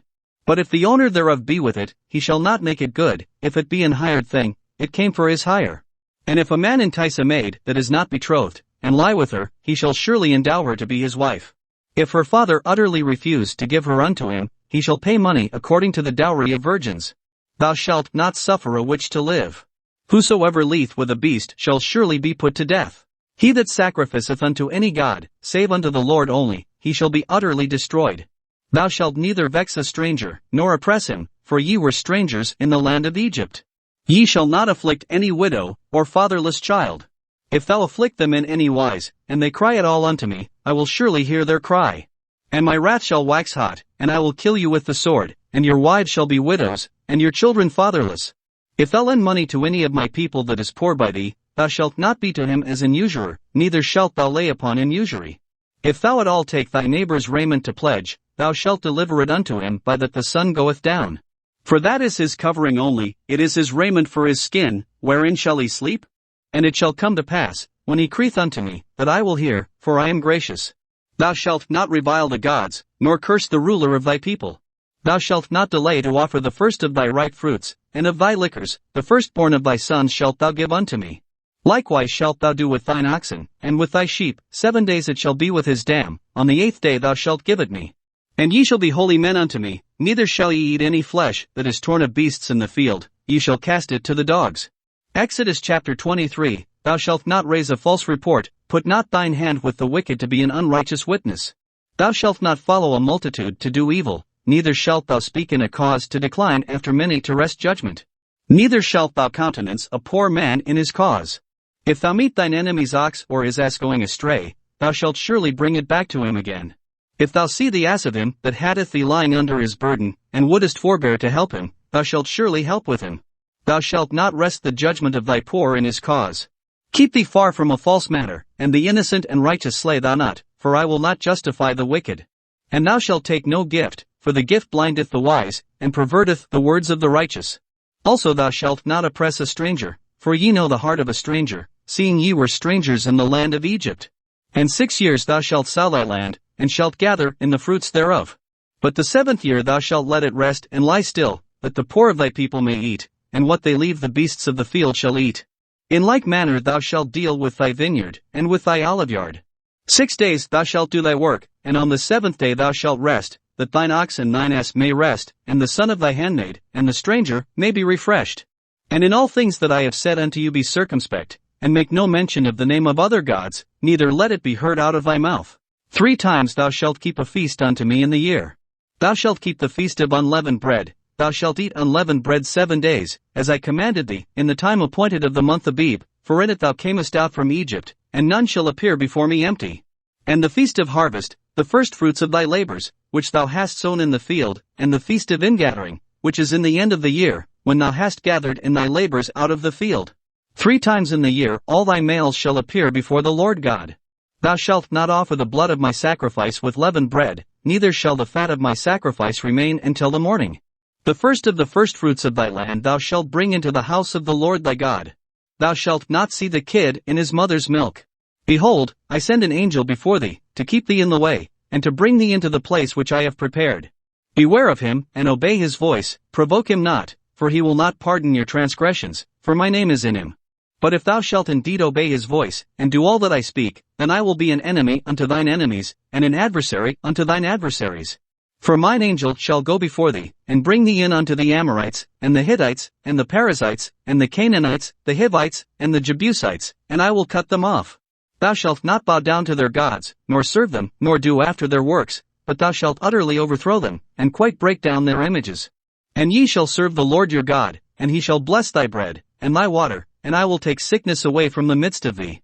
There shall nothing cast their young, nor be barren, in thy land, the number of thy days I will fulfill.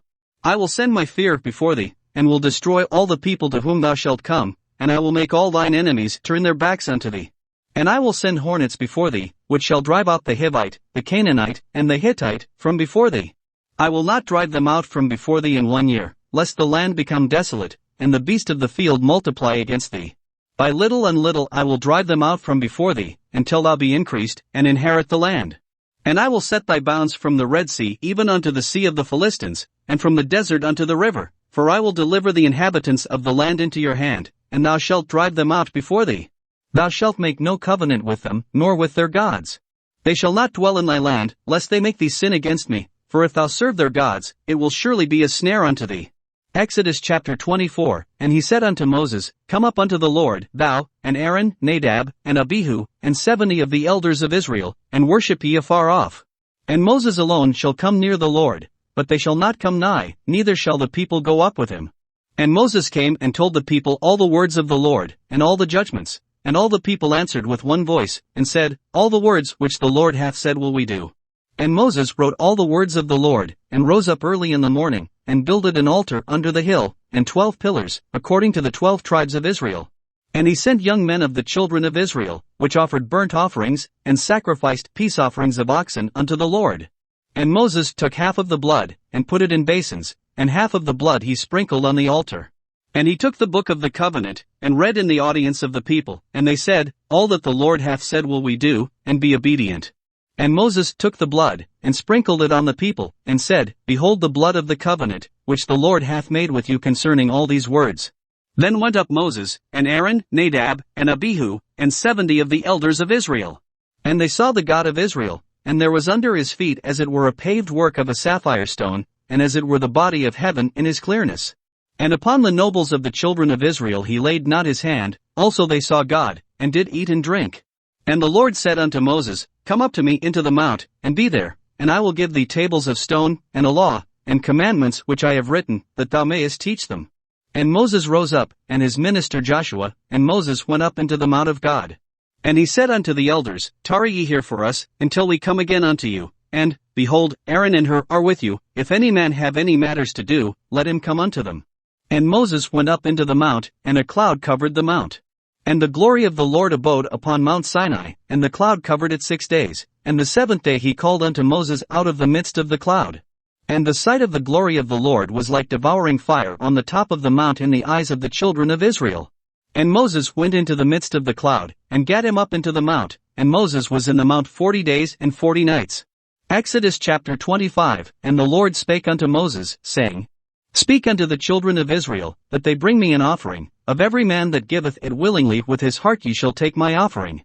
And this is the offering which ye shall take of them, gold, and silver, and brass, and blue, and purple, and scarlet, and fine linen, and goat's hair, and ram's skins dyed red, and badger skins, and shittim wood, oil for the light, spices for anointing oil, and for sweet incense, onyx stones, and stones to be set in the ephod, and in the breastplate.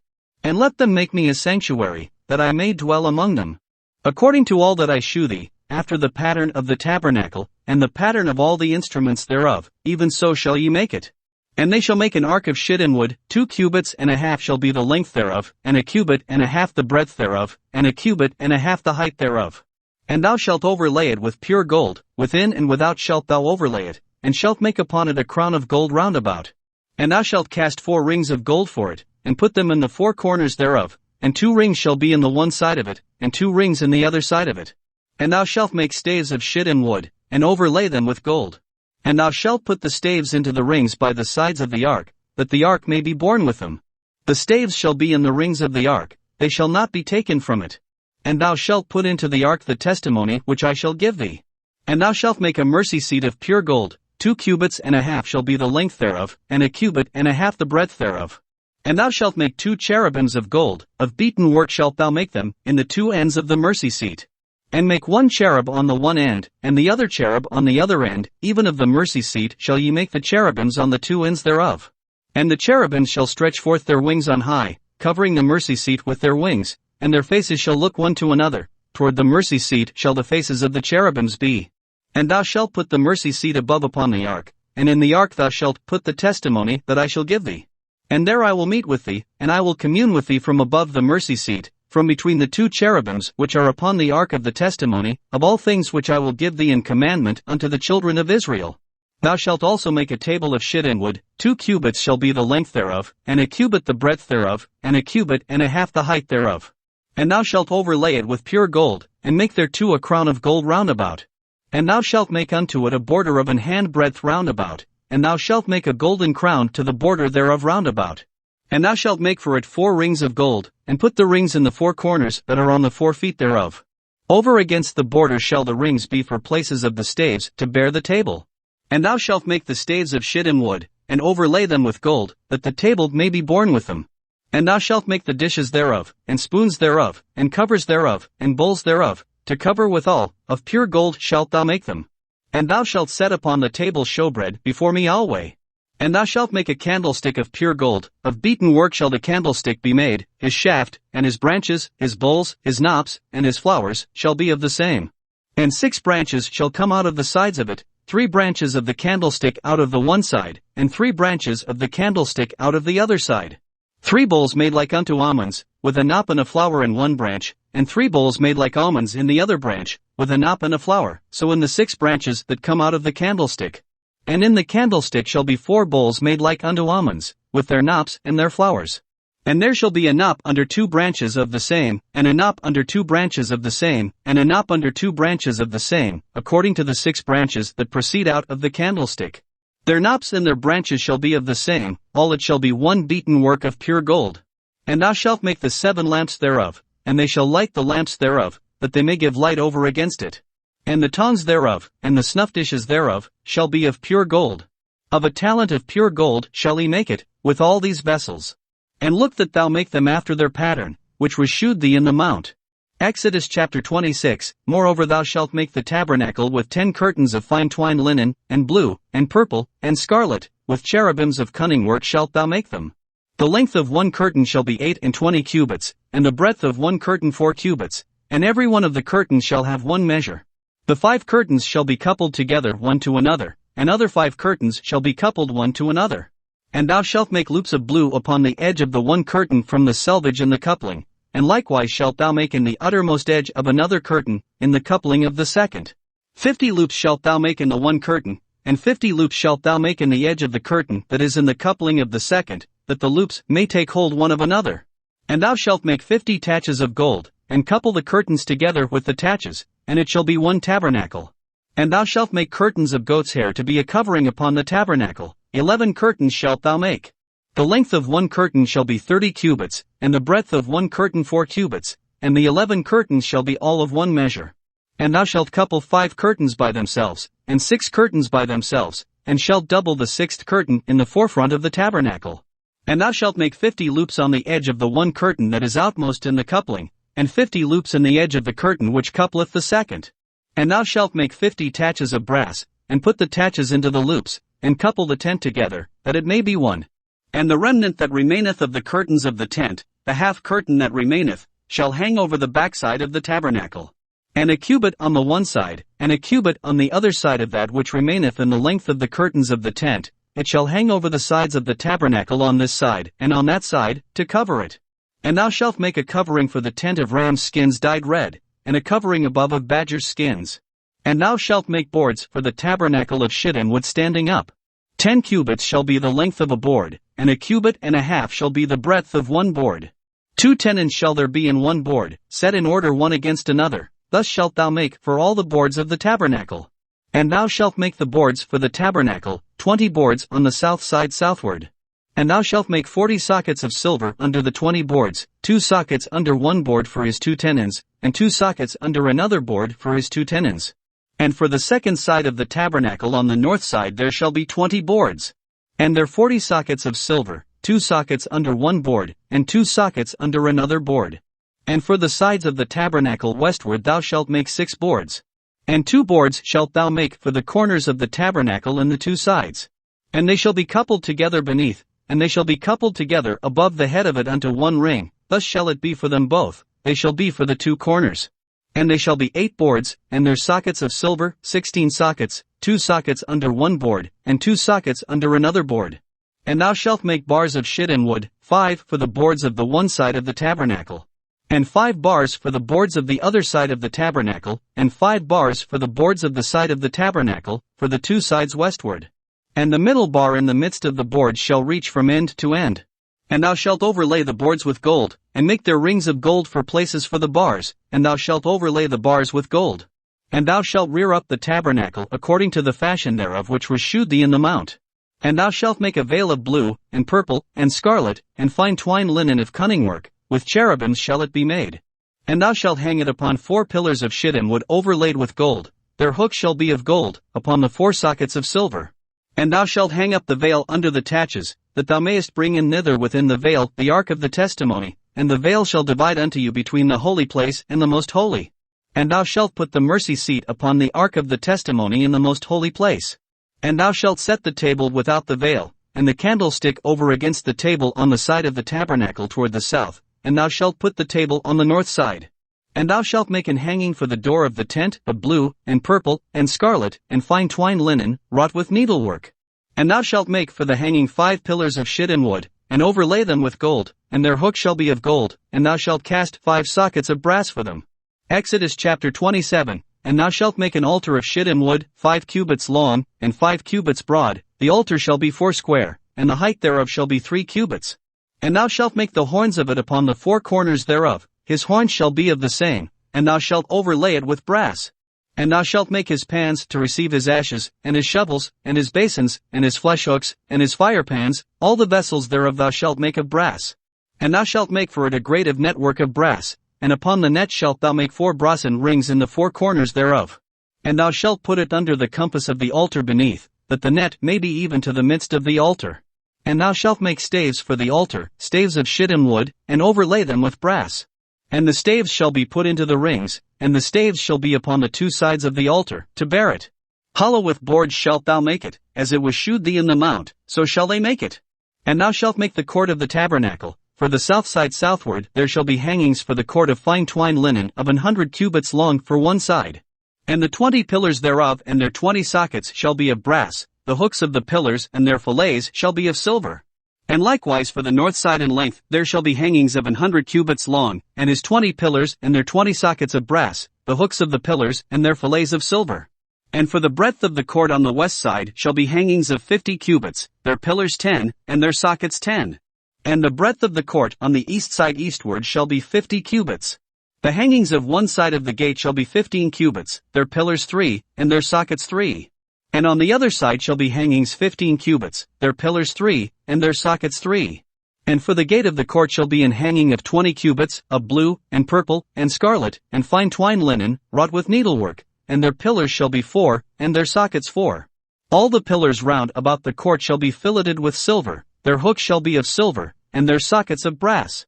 The length of the court shall be 100 cubits, and the breadth 50 everywhere, and the height 5 cubits of fine twined linen, and their sockets of brass. All the vessels of the tabernacle in all the service thereof, and all the pins thereof, and all the pins of the court, shall be of brass. And thou shalt command the children of Israel, that they bring thee pure oil olive beaten for the light, to cause the lamp to burn always.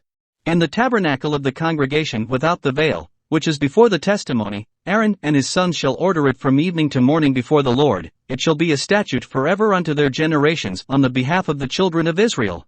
Exodus chapter 28, And take thou unto thee Aaron thy brother, and his sons with him, from among the children of Israel, that he may minister unto me in the priest's office, even Aaron, Nadab and Abihu, Eleazar and Ithamar, Aaron's sons. And thou shalt make holy garments for Aaron thy brother for glory and for beauty. And thou shalt speak unto all that are wise-hearted, whom I have filled with the spirit of wisdom, that they may make Aaron's garments to consecrate him, that he may minister unto me in the priest's office. And these are the garments which they shall make, a breastplate, and an ephod, and a robe, and a broidered coat, a mitre, and a girdle, and they shall make holy garments for Aaron thy brother, and his sons, that he may minister unto me in the priest's office. And they shall take gold, and blue, and purple, and scarlet, and fine linen. And they shall make the ephod of gold, of blue, and of purple, of scarlet, and fine twined linen, with cunning work. It shall have the 2 shoulder pieces thereof joined at the 2 edges thereof, and so it shall be joined together. And the curious girdle of the ephod, which is upon it, shall be of the same, according to the work thereof, even of gold, of blue, and purple, and scarlet, and fine twined linen. And thou shalt take 2 onyx stones, and grave on them the names of the children of Israel. 6 of their names on one stone, and the other 6 names of the rest on the other stone, according to their birth. With the work of an engraver in stone, like the engravings of a signet, shalt thou engrave the 2 stones with the names of the children of Israel. Thou shalt make them to be set in ouches of gold.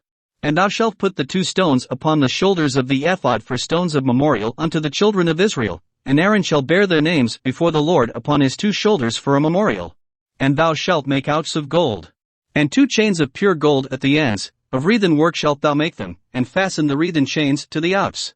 And thou shalt make the breastplate of judgment with cunning work, after the work of the ephod thou shalt make it, of gold, of blue, and of purple, and of scarlet, and of fine twined linen, shalt thou make it. 4 square it shall be being doubled, a span shall be the length thereof, and a span shall be the breadth thereof. And thou shalt set in its settings of stones, even 4 rows of stones, the first row shall be a sardius, a topaz, and a carbuncle, this shall be the first row. And the second row shall be an emerald, a sapphire, and a diamond. And the third row a ligure, an agate, and an amethyst. And the fourth row a beryl, and an onyx, and a jasper, they shall be set in gold in their enclosings. And the stones shall be with the names of the children of Israel, 12, according to their names, like the engravings of a signet, every one with his name shall they be according to the 12 tribes. And thou shalt make upon the breastplate chains at the ends of wreathen work of pure gold.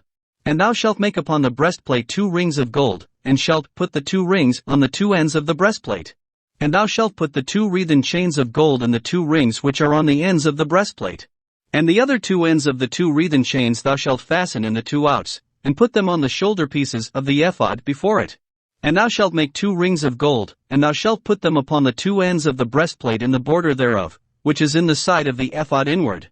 And 2 other rings of gold thou shalt make, and shalt put them on the 2 sides of the ephod underneath, toward the forepart thereof, over against the other coupling thereof, above the curious girdle of the ephod. And they shall bind the breastplate by the rings thereof unto the rings of the ephod with a lace of blue, that it may be above the curious girdle of the ephod, and that the breastplate be not loosed from the ephod.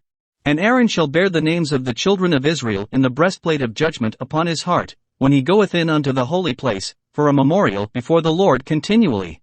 And thou shalt put in the breastplate of judgment the Urim and the Thummim, and they shall be upon Aaron's heart, when he goeth in before the Lord, and Aaron shall bear the judgment of the children of Israel upon his heart before the Lord continually. And thou shalt make the robe of the ephod olive blue. And there shall be an hole in the top of it, in the midst thereof, it shall have a binding of woven work round about the whole of it, as it were the whole of an habergeon, that it be not rent.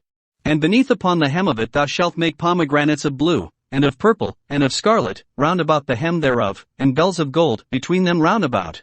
A golden bell and a pomegranate, a golden bell and a pomegranate, upon the hem of the robe round about. And it shall be upon Aaron to minister, and his sound shall be heard when he goeth in unto the holy place before the Lord, and when he cometh out, that he die not. And thou shalt make a plate of pure gold, and grave upon it, like the engravings of a signet, holiness to the Lord. And thou shalt put it on a blue lace, that it may be upon the mitre, upon the forefront of the mitre it shall be. And it shall be upon Aaron's forehead, that Aaron may bear the iniquity of the holy things, which the children of Israel shall hallow in all their holy gifts, and it shall be always upon his forehead, that they may be accepted before the Lord. And thou shalt embroider the coat of fine linen, and thou shalt make the mitre of fine linen, and thou shalt make the girdle of needlework. And for Aaron's sons thou shalt make coats, and thou shalt make for them girdles, and bonnets shalt thou make for them, for glory and for beauty. And thou shalt put them upon Aaron thy brother, and his sons with him, and shalt anoint them, and consecrate them, and sanctify them, that they may minister unto me in the priest's office. And thou shalt make them linen breeches to cover their nakedness, from the loins even unto the thighs they shall reach. And they shall be upon Aaron, and upon his sons, when they come in unto the tabernacle of the congregation, or when they come near unto the altar to minister in the holy place, that they bear not iniquity, and die, it shall be a statute forever unto him and his seed after him. Exodus chapter 29, and this is the thing that thou shalt do unto them to hallow them, to minister unto me in the priest's office, take 1 young bullock, and 2 rams without blemish. And unleavened bread, and cakes unleavened tempered with oil, and wafers unleavened anointed with oil, of wheaten flour shalt thou make them. And thou shalt put them into 1 basket, and bring them in the basket, with the bullock and the 2 rams. And Aaron and his sons thou shalt bring unto the door of the tabernacle of the congregation, and shalt wash them with water. And thou shalt take the garments, and put upon Aaron the coat, and the robe of the ephod, and the breastplate, and gird him with the curious girdle of the ephod. And thou shalt put the mitre upon his head, and put the holy crown upon the mitre. Then shalt thou take the anointing oil, and pour it upon his head, and anoint him. And thou shalt bring his sons, and put coats upon them. And thou shalt gird them with girdles, Aaron and his sons, and put the bonnets on them, and the priest's office shall be theirs for a perpetual statute, and thou shalt consecrate Aaron and his sons. And thou shalt cause a bullock to be brought before the tabernacle of the congregation, and Aaron and his sons shall put their hands upon the head of the bullock. And thou shalt kill the bullock before the Lord, by the door of the tabernacle of the congregation. And thou shalt take of the blood of the bullock, and put it upon the horns of the altar with thy finger, and pour all the blood beside the bottom of the altar. And thou shalt take all the fat that covereth the inwards, and the caul that is above the liver, and the 2 kidneys, and the fat that is upon them, and burn them upon the altar.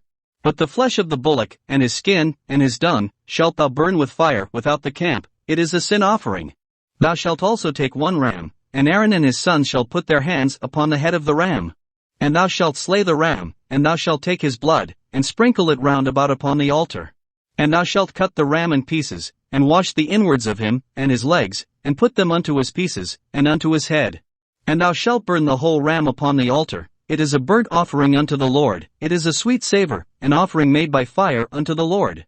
And thou shalt take the other ram, and Aaron and his sons shall put their hands upon the head of the ram. Then shalt thou kill the ram, and take of his blood, and put it upon the tip of the right ear of Aaron, and upon the tip of the right ear of his sons, and upon the thumb of their right hand, and upon the great toe of their right foot, and sprinkle the blood upon the altar round about. And thou shalt take of the blood that is upon the altar, and of the anointing oil, and sprinkle it upon Aaron, and upon his garments, and upon his sons, and upon the garments of his sons with him, and he shall be hallowed, and his garments, and his sons' garments with him. Also thou shalt take of the ram the fat and the rump, and the fat that covereth the inwards, and the caul above the liver, and the 2 kidneys, and the fat that is upon them, and the right shoulder, for it is a ram of consecration. And 1 loaf of bread, and 1 cake of oiled bread, and 1 wafer out of the basket of the unleavened bread that is before the Lord. And thou shalt put all in the hands of Aaron, and in the hands of his sons, and shalt wave them for a wave offering before the Lord. And thou shalt receive them of their hands, and burn them upon the altar for a burnt offering, for a sweet savor before the Lord, it is an offering made by fire unto the Lord. And thou shalt take the breast of the ram of Aaron's consecration, and wave it for a wave offering before the Lord, and it shall be thy part. And thou shalt sanctify the breast of the wave offering, and the shoulder of the heave offering, which is waved, and which is heaved up, of the ram of the consecration, even of that which is for Aaron, and of that which is for his sons. And it shall be Aaron's and his sons by a statute forever from the children of Israel, for it is an heave offering, and it shall be an heave offering from the children of Israel of the sacrifice of their peace offerings, even their heave offering unto the Lord.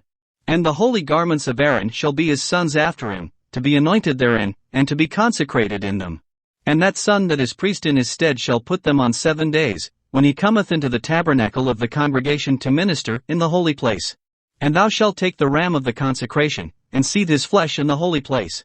And Aaron and his sons shall eat the flesh of the ram, and the bread that is in the basket, by the door of the tabernacle of the congregation. And they shall eat those things wherewith the atonement was made, to consecrate and to sanctify them, but a stranger shall not eat thereof, because they are holy. And if aught of the flesh of the consecrations, or of the bread, remain unto the morning, then thou shalt burn the remainder with fire, it shall not be eaten, because it is holy. And thus shalt thou do unto Aaron, and to his sons, according to all things which I have commanded thee, 7 days shalt thou consecrate them. And thou shalt offer every day a bullock for a sin offering for atonement, and thou shalt cleanse the altar when thou hast made an atonement for it, and thou shalt anoint it, to sanctify it. 7 days thou shalt make an atonement for the altar, and sanctify it, and it shall be an altar most holy, whatsoever toucheth the altar shall be holy. Now this is that which thou shalt offer upon the altar, 2 lambs of the first year day by day continually. The 1 lamb thou shalt offer in the morning, and the other lamb thou shalt offer at even. And with the 1 lamb a 10th deal of flour mingled with the 4th part of an hin of beaten oil, and the 4th part of an hin of wine for a drink offering. And the other lamb thou shalt offer at even, and shalt do thereto according to the meat offering of the morning, and according to the drink offering thereof, for a sweet savor, an offering made by fire unto the Lord. This shall be a continual burnt offering throughout your generations at the door of the tabernacle of the congregation before the Lord, where I will meet you, to speak there unto thee. And there I will meet with the children of Israel, and the tabernacle shall be sanctified by my glory. And I will sanctify the tabernacle of the congregation, and the altar, I will sanctify also both Aaron and his sons, to minister to me in the priest's office. And I will dwell among the children of Israel, and will be their God. And they shall know that I am the Lord their God, that brought them forth out of the land of Egypt, that I may dwell among them, I am the Lord their God. Exodus chapter 30, And thou shalt make an altar to burn incense upon, of shittim wood shalt thou make it. A cubit shall be the length thereof, and a cubit the breadth thereof, 4 square shall it be, and 2 cubits shall be the height thereof, the horns thereof shall be of the same. And thou shalt overlay it with pure gold, the top thereof, and the sides thereof round about, and the horns thereof, and thou shalt make unto it a crown of gold round about. And 2 golden rings shalt thou make to it under the crown of it, by the 2 corners thereof, upon the 2 sides of it shalt thou make it, and they shall be for places for the staves to bear it withal. And thou shalt make the staves of shittim wood, and overlay them with gold. And thou shalt put it before the veil that is by the ark of the testimony, before the mercy seat that is over the testimony, where I will meet with thee. And Aaron shall burn thereon sweet incense every morning, when he dresseth the lamps, he shall burn incense upon it. And when Aaron lighteth the lamps at even, he shall burn incense upon it, a perpetual incense, before the Lord throughout your generations. Ye shall offer no strange incense thereon, nor burnt sacrifice, nor meat offering, neither shall ye pour drink offering thereon. And Aaron shall make an atonement upon the horns of it once in a year with the blood of the sin offering of atonements. Once in the year shall he make atonement upon it throughout your generations. It is most holy unto the Lord. And the Lord spake unto Moses, saying, When thou takest the sum of the children of Israel after their number, then shall they give every man a ransom for his soul unto the Lord, when thou numberest them, that there be no plague among them, when thou numberest them. This they shall give, every one that passeth among them that are numbered, half a shekel after the shekel of the sanctuary. A shekel is 20 gerahs, and half shekel shall be the offering of the Lord. Every one that passeth among them that are numbered, from 20 years old and above, shall give an offering unto the Lord. The rich shall not give more, and the poor shall not give less than half a shekel, when they give an offering unto the Lord, to make an atonement for your souls. And thou shalt take the atonement money of the children of Israel, and shalt appoint it for the service of the tabernacle of the congregation, that it may be a memorial unto the children of Israel before the Lord, to make an atonement for your souls. And the Lord spake unto Moses, saying, Thou shalt also make a laver of brass, and his foot also of brass, to wash withal, and thou shalt put it between the tabernacle of the congregation and the altar, and thou shalt put water therein. For Aaron and his sons shall wash their hands and their feet thereat. When they go into the tabernacle of the congregation, they shall wash with water, that they die not, or when they come near to the altar to minister, to burn offering made by fire unto the Lord. So they shall wash their hands and their feet, that they die not, and it shall be a statute forever to them, even to him and to his seed throughout their generations. Moreover the Lord spake unto Moses, saying, Take thou also unto thee principal spices, of pure myrrh 500 shekels, and of sweet cinnamon half so much, even 250 shekels, and of sweet calamus 250 shekels, and of cassia 500 shekels, after the shekel of the sanctuary, and of olive and hin. And thou shalt make it an oil of holy ointment, an ointment compound after the art of the apothecary, it shall be an holy anointing oil. And thou shalt anoint the tabernacle of the congregation therewith, and the ark of the testimony, and the table and all his vessels, and the candlestick and his vessels, and the altar of incense, and the altar of burnt offering with all his vessels, and the laver and his foot. And thou shalt sanctify them, that they may be most holy, whatsoever toucheth them shall be holy. And thou shalt anoint Aaron and his sons, and consecrate them, that they may minister unto me in the priest's office. And thou shalt speak unto the children of Israel, saying, This shall be an holy anointing oil unto me throughout your generations. Upon man's flesh shall it not be poured, neither shall ye make any other like it, after the composition of it, it is holy, and it shall be holy unto you. Whosoever compoundeth any like it, or whosoever putteth any of it upon a stranger, shall even be cut off from his people. And the Lord said unto Moses, Take unto thee sweet spices, stacte, and onycha, and galbanum, these sweet spices with pure frankincense, of each shall there be a like weight. And thou shalt make it a perfume, a confection after the art of the apothecary, tempered together, pure and holy. And thou shalt beat some of it very small, and put of it before the testimony in the tabernacle of the congregation, or I will meet with thee, it shall be unto you most holy. And as for the perfume which thou shalt make, ye shall not make to yourselves according to the composition thereof, it shall be unto thee holy for the Lord. Whosoever shall make like unto that, to smell thereto, shall even be cut off from his people. Exodus chapter 31. And the Lord spake unto Moses, saying, See, I have called by name Bezaleel, the son of Uri, the son of Hur, of the tribe of Judah. And I have filled him with the Spirit of God, in wisdom, and in understanding, and in knowledge, and in all manner of workmanship, to devise cunning works, to work in gold, and in silver, and in brass, and in cutting of stones, to set them, and in carving of timber, to work in all manner of workmanship. And I, behold, I have given with him Aholiab, the son of Ahisamach, of the tribe of Dan, and in the hearts of all that are wise-hearted I have put wisdom, that they may make all that I have commanded thee. The tabernacle of the congregation, and the ark of the testimony, and the mercy seat that is thereupon, and all the furniture of the tabernacle, and the table and his furniture, and the pure candlestick with all his furniture, and the altar of incense, and the altar of burnt offering with all his furniture, and the laver and his foot, and the cloths of service, and the holy garments for Aaron the priest, and the garments of his sons, to minister in the priest's office, and the anointing oil, and sweet incense for the holy place, according to all that I have commanded thee shall they do. And the Lord spake unto Moses, saying, Speak thou also unto the children of Israel, saying, Verily my Sabbaths ye shall keep, for it is a sign between me and you throughout your generations. that ye may know that I am the Lord that doth sanctify you. Ye shall keep the Sabbath therefore, for it is holy unto you. Every one that defileth it shall surely be put to death, for whosoever doeth any work therein, that soul shall be cut off from among his people. 6 days may work be done, but in the seventh is the Sabbath of rest, holy to the Lord. Whosoever doeth any work in the Sabbath day, he shall surely be put to death. Wherefore the children of Israel shall keep the Sabbath, to observe the Sabbath throughout their generations, for a perpetual covenant. It is a sign between me and the children of Israel forever, for in 6 days the Lord made heaven and earth, and on the seventh day he rested, and was refreshed. And he gave unto Moses, when he had made an end of communing with him upon Mount Sinai, 2 tables of testimony, tables of stone, written with the finger of God. Exodus chapter 32. And when the people saw that Moses delayed to come down out of the mount, the people gathered themselves together unto Aaron, and said unto him, Up, make us gods, which shall go before us, for as for this Moses, the man that brought us up out of the land of Egypt, we would not what is become of him. And Aaron said unto them, Break off the golden earrings, which are in the ears of your wives, of your sons, and of your daughters, and bring them unto me. And all the people brake off the golden earrings which were in their ears, and brought them unto Aaron. And he received them at their hand, and fashioned it with a graving tool, after he had made it a molten calf. And they said, These be thy gods, O Israel, which brought thee up out of the land of Egypt. And when Aaron saw it, he built an altar before it. And Aaron made proclamation, and said, Tomorrow is a feast to the Lord. And they rose up early on the morrow, and offered burnt offerings, and brought peace offerings, and the people sat down to eat and to drink, and rose up to play. And the Lord said unto Moses, Go, get thee down, for thy people, which thou broughtest out of the land of Egypt, have corrupted themselves. They have turned aside quickly out of the way which I commanded them, they have made them a molten calf, and have worshipped it, and have sacrificed thereunto, and said, These be thy gods, O Israel, which have brought thee up out of the land of Egypt. And the Lord said unto Moses, I have seen this people, and, behold, it is a stiff-necked people.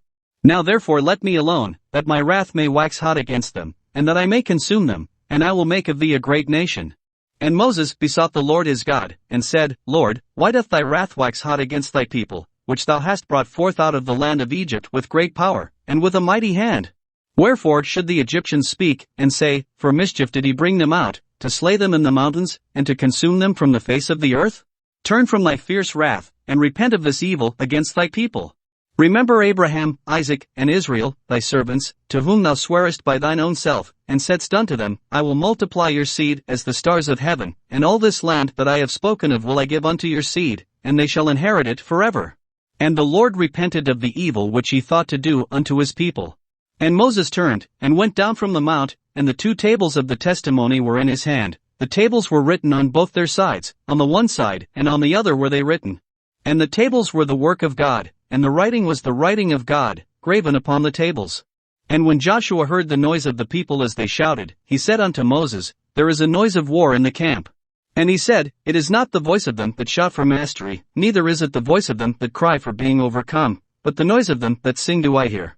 And it came to pass, as soon as he came nigh unto the camp, that he saw the calf, and the dancing, and Moses' anger waxed hot, and he cast the tables out of his hands, and brake them beneath the mount.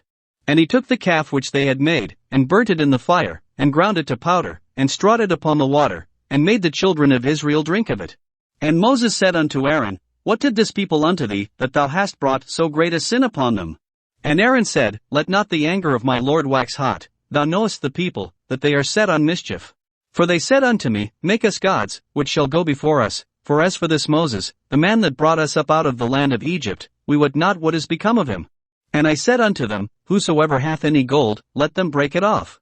So they gave it me, then I cast it into the fire, and there came out this calf. And when Moses saw that the people were naked, for Aaron had made them naked unto their shame among their enemies, then Moses stood in the gate of the camp, and said, Who is on the Lord's side? Let him come unto me. And all the sons of Levi gathered themselves together unto him. And he said unto them, Thus saith the Lord God of Israel, Put every man his sword by his side, and go in and out from gate to gate throughout the camp, and slay every man his brother, and every man his companion, and every man his neighbor. And the children of Levi did according to the word of Moses, and there fell of the people that day about 3,000 men. For Moses had said, Consecrate yourselves today to the Lord, even every man upon his son, and upon his brother, that he may bestow upon you a blessing this day.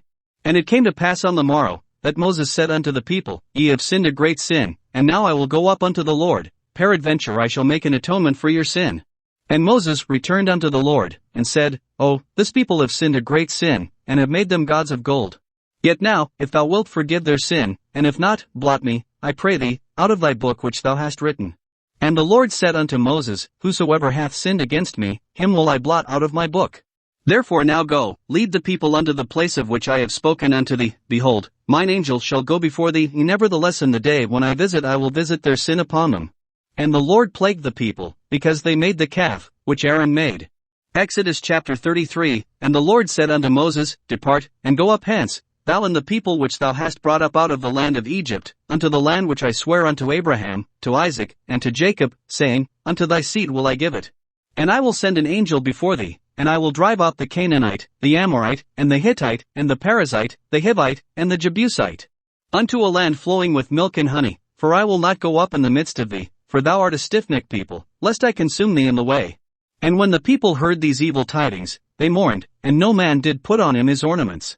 For the Lord had said unto Moses, Say unto the children of Israel, Ye are a stiff-necked people, I will come up into the midst of thee in a moment, and consume thee, therefore now put off thy ornaments from thee, that I may know what to do unto thee. And the children of Israel stripped themselves of their ornaments by the Mount Horeb. And Moses took the tabernacle, and pitched it without the camp, afar off from the camp, and called it the tabernacle of the congregation. And it came to pass, that every one which sought the Lord went out unto the tabernacle of the congregation, which was without the camp. And it came to pass, when Moses went out unto the tabernacle, that all the people rose up, and stood every man at his tent door, and looked after Moses, until he was gone into the tabernacle. And it came to pass, as Moses entered into the tabernacle, the cloudy pillar descended, and stood at the door of the tabernacle, and the Lord talked with Moses. And all the people saw the cloudy pillar stand at the tabernacle door, and all the people rose up and worshipped, every man in his tent door. And the Lord spake unto Moses face to face, as a man speaketh unto his friend. And he turned again into the camp, but his servant Joshua, the son of Nun, a young man, departed not out of the tabernacle. And Moses said unto the Lord, See, thou sayest unto me, Bring up this people, and thou hast not let me know whom thou wilt send with me. Yet thou hast said, I know thee by name, and thou hast also found grace in my sight. Now therefore, I pray thee, if I have found grace in thy sight, shew me now thy way, that I may know thee, that I may find grace in thy sight, and consider that this nation is thy people. And he said, My presence shall go with thee, and I will give thee rest. And he said unto him, If thy presence go not with me, carry us not up hence. For wherein shall it be known here, that I and thy people have found grace in thy sight? Is it not in that thou goest with us? So shall we be separated, I and thy people, from all the people that are upon the face of the earth. And the Lord said unto Moses, I will do this thing also that thou hast spoken, for thou hast found grace in my sight, and I know thee by name. And he said, I beseech thee, shew me thy glory. And he said, I will make all my goodness pass before thee, and I will proclaim the name of the Lord before thee, and will be gracious to whom I will be gracious, and will shew mercy on whom I will shew mercy. And he said, Thou canst not see my face, for there shall no man see me, and live. And the Lord said, Behold, there is a place by me, and thou shalt stand upon a rock. And it shall come to pass, while my glory passeth by, that I will put thee in a cleft of the rock, and will cover thee with my hand while I pass by.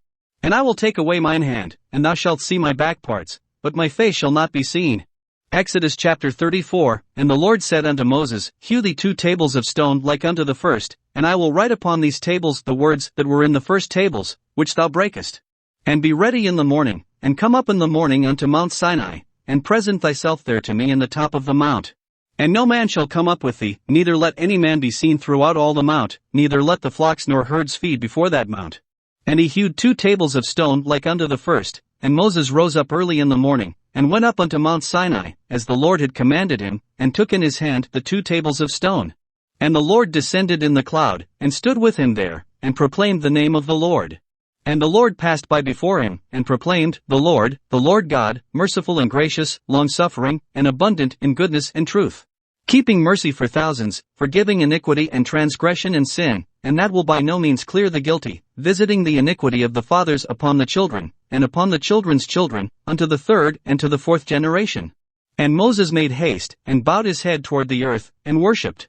And he said, If now I have found grace in thy sight, O Lord, let my Lord, I pray thee, go among us, for it is a stiff-necked people, and pardon our iniquity and our sin, and take us for thine inheritance. And he said, Behold, I make a covenant, before all thy people I will do marvels, such as have not been done in all the earth, nor in any nation, and all the people among which thou art shall see the work of the Lord, for it is a terrible thing that I will do with thee. Observe thou that which I command thee this day. Behold, I drive out before thee the Amorite, and the Canaanite, and the Hittite, and the Perizzite, and the Hivite, and the Jebusite. Take heed to thyself, lest thou make a covenant with the inhabitants of the land whither thou goest, lest it be for a snare in the midst of thee. But ye shall destroy their altars, break their images, and cut down their groves. For thou shalt worship no other God, for the Lord, whose name is jealous, is a jealous God. Lest thou make a covenant with the inhabitants of the land, and they go a-whoring after their gods, and do sacrifice unto their gods, and one call thee, and thou eat of his sacrifice. And thou take of their daughters unto thy sons, and their daughters go a-whoring after their gods, and make thy sons go a-whoring after their gods. Thou shalt make thee no molten gods. The feast of unleavened bread shalt thou keep. 7 days thou shalt eat unleavened bread, as I commanded thee, in the time of the month Abib, for in the month Abib thou camest out from Egypt. All that openeth the matrix is mine, and every firstling among thy cattle, whether ox or sheep, that is male. But the firstling of an ass thou shalt redeem with a lamb, and if thou redeem him not, then shalt thou break his neck. All the firstborn of thy sons thou shalt redeem. And none shall appear before me empty. 6 days thou shalt work, but on the 7th day thou shalt rest, in earing time and in harvest thou shalt rest. And thou shalt observe the feast of weeks, of the firstfruits of wheat harvest, and the feast of ingathering at the year's end. Thrice in the year shall all your men children appear before the Lord God, the God of Israel. For I will cast out the nations before thee, and enlarge thy borders, neither shall any man desire thy land, when thou shalt go up to appear before the Lord thy God thrice in the year. Thou shalt not offer the blood of my sacrifice with leaven, neither shall the sacrifice of the feast of the Passover be left unto the morning. The first of the firstfruits of thy land thou shalt bring unto the house of the Lord thy God. Thou shalt not see the kid in his mother's milk. And the Lord said unto Moses, Write thou these words, for after the tenor of these words I have made a covenant with thee and with Israel. And he was there with the Lord 40 days and 40 nights, he did neither eat bread, nor drink water. And he wrote upon the tables the words of the covenant, the 10 commandments. And it came to pass, when Moses came down from Mount Sinai with the 2 tables of testimony in Moses' hand, when he came down from the mount, that Moses wist not that the skin of his face shone while he talked with him. And when Aaron and all the children of Israel saw Moses, behold, the skin of his face shone, and they were afraid to come nigh him. And Moses called unto them, and Aaron and all the rulers of the congregation returned unto him, and Moses talked with them. And afterward all the children of Israel came nigh, and he gave them in commandment all that the Lord had spoken with him in Mount Sinai. And till Moses had done speaking with them, he put a veil on his face. But when Moses went in before the Lord to speak with him, he took the veil off, until he came out. And he came out, and spake unto the children of Israel that which he was commanded. And the children of Israel saw the face of Moses, that the skin of Moses' face shone, and Moses put the veil upon his face again, until he went in to speak with him. Exodus chapter 35. And Moses gathered all the congregation of the children of Israel together, and said unto them, These are the words which the Lord hath commanded, that ye should do them. 6 days shall work be done, but on the 7th day there shall be to you an holy day, a Sabbath of rest to the Lord. Whosoever doeth work therein shall be put to death. Ye shall kindle no fire throughout your habitations upon the Sabbath day. And Moses spake unto all the congregation of the children of Israel, saying, This is the thing which the Lord commanded, saying, Take ye from among you an offering unto the Lord, whosoever is of a willing heart, let him bring it, an offering of the Lord, gold, and silver, and brass, and blue, and purple, and scarlet, and fine linen, and goat's hair, and ram's skins dyed red, and badger skins, and shittim wood, and oil for the light, and spices for anointing oil, and for the sweet incense, and onyx stones, and stones to be set for the ephod, and for the breastplate. And every wise-hearted among you shall come, and make all that the Lord hath commanded. The tabernacle, his tent, and his covering, his taches, and his boards, his bars, his pillars, and his sockets. The ark, and the staves thereof, with the mercy seat, and the veil of the covering. The table, and his staves, and all his vessels, and the showbread. The candlestick also for the light, and his furniture, and his lamps, with the oil for the light. And the incense altar, and his staves, and the anointing oil, and the sweet incense, and the hanging for the door at the entering in of the tabernacle. The altar of burnt offering, with his brasen grate, his staves, and all his vessels, the laver and his foot. The hangings of the court, his pillars, and their sockets, and the hanging for the door of the court. The pins of the tabernacle, and the pins of the court, and their cords. The cloths of service, to do service in the holy place, the holy garments for Aaron the priest, and the garments of his sons, to minister in the priest's office. And all the congregation of the children of Israel departed from the presence of Moses. And they came, everyone whose heart stirred him up, and everyone whom his spirit made willing, and they brought the Lord's offering to the work of the tabernacle of the congregation, and for all his service, and for the holy garments.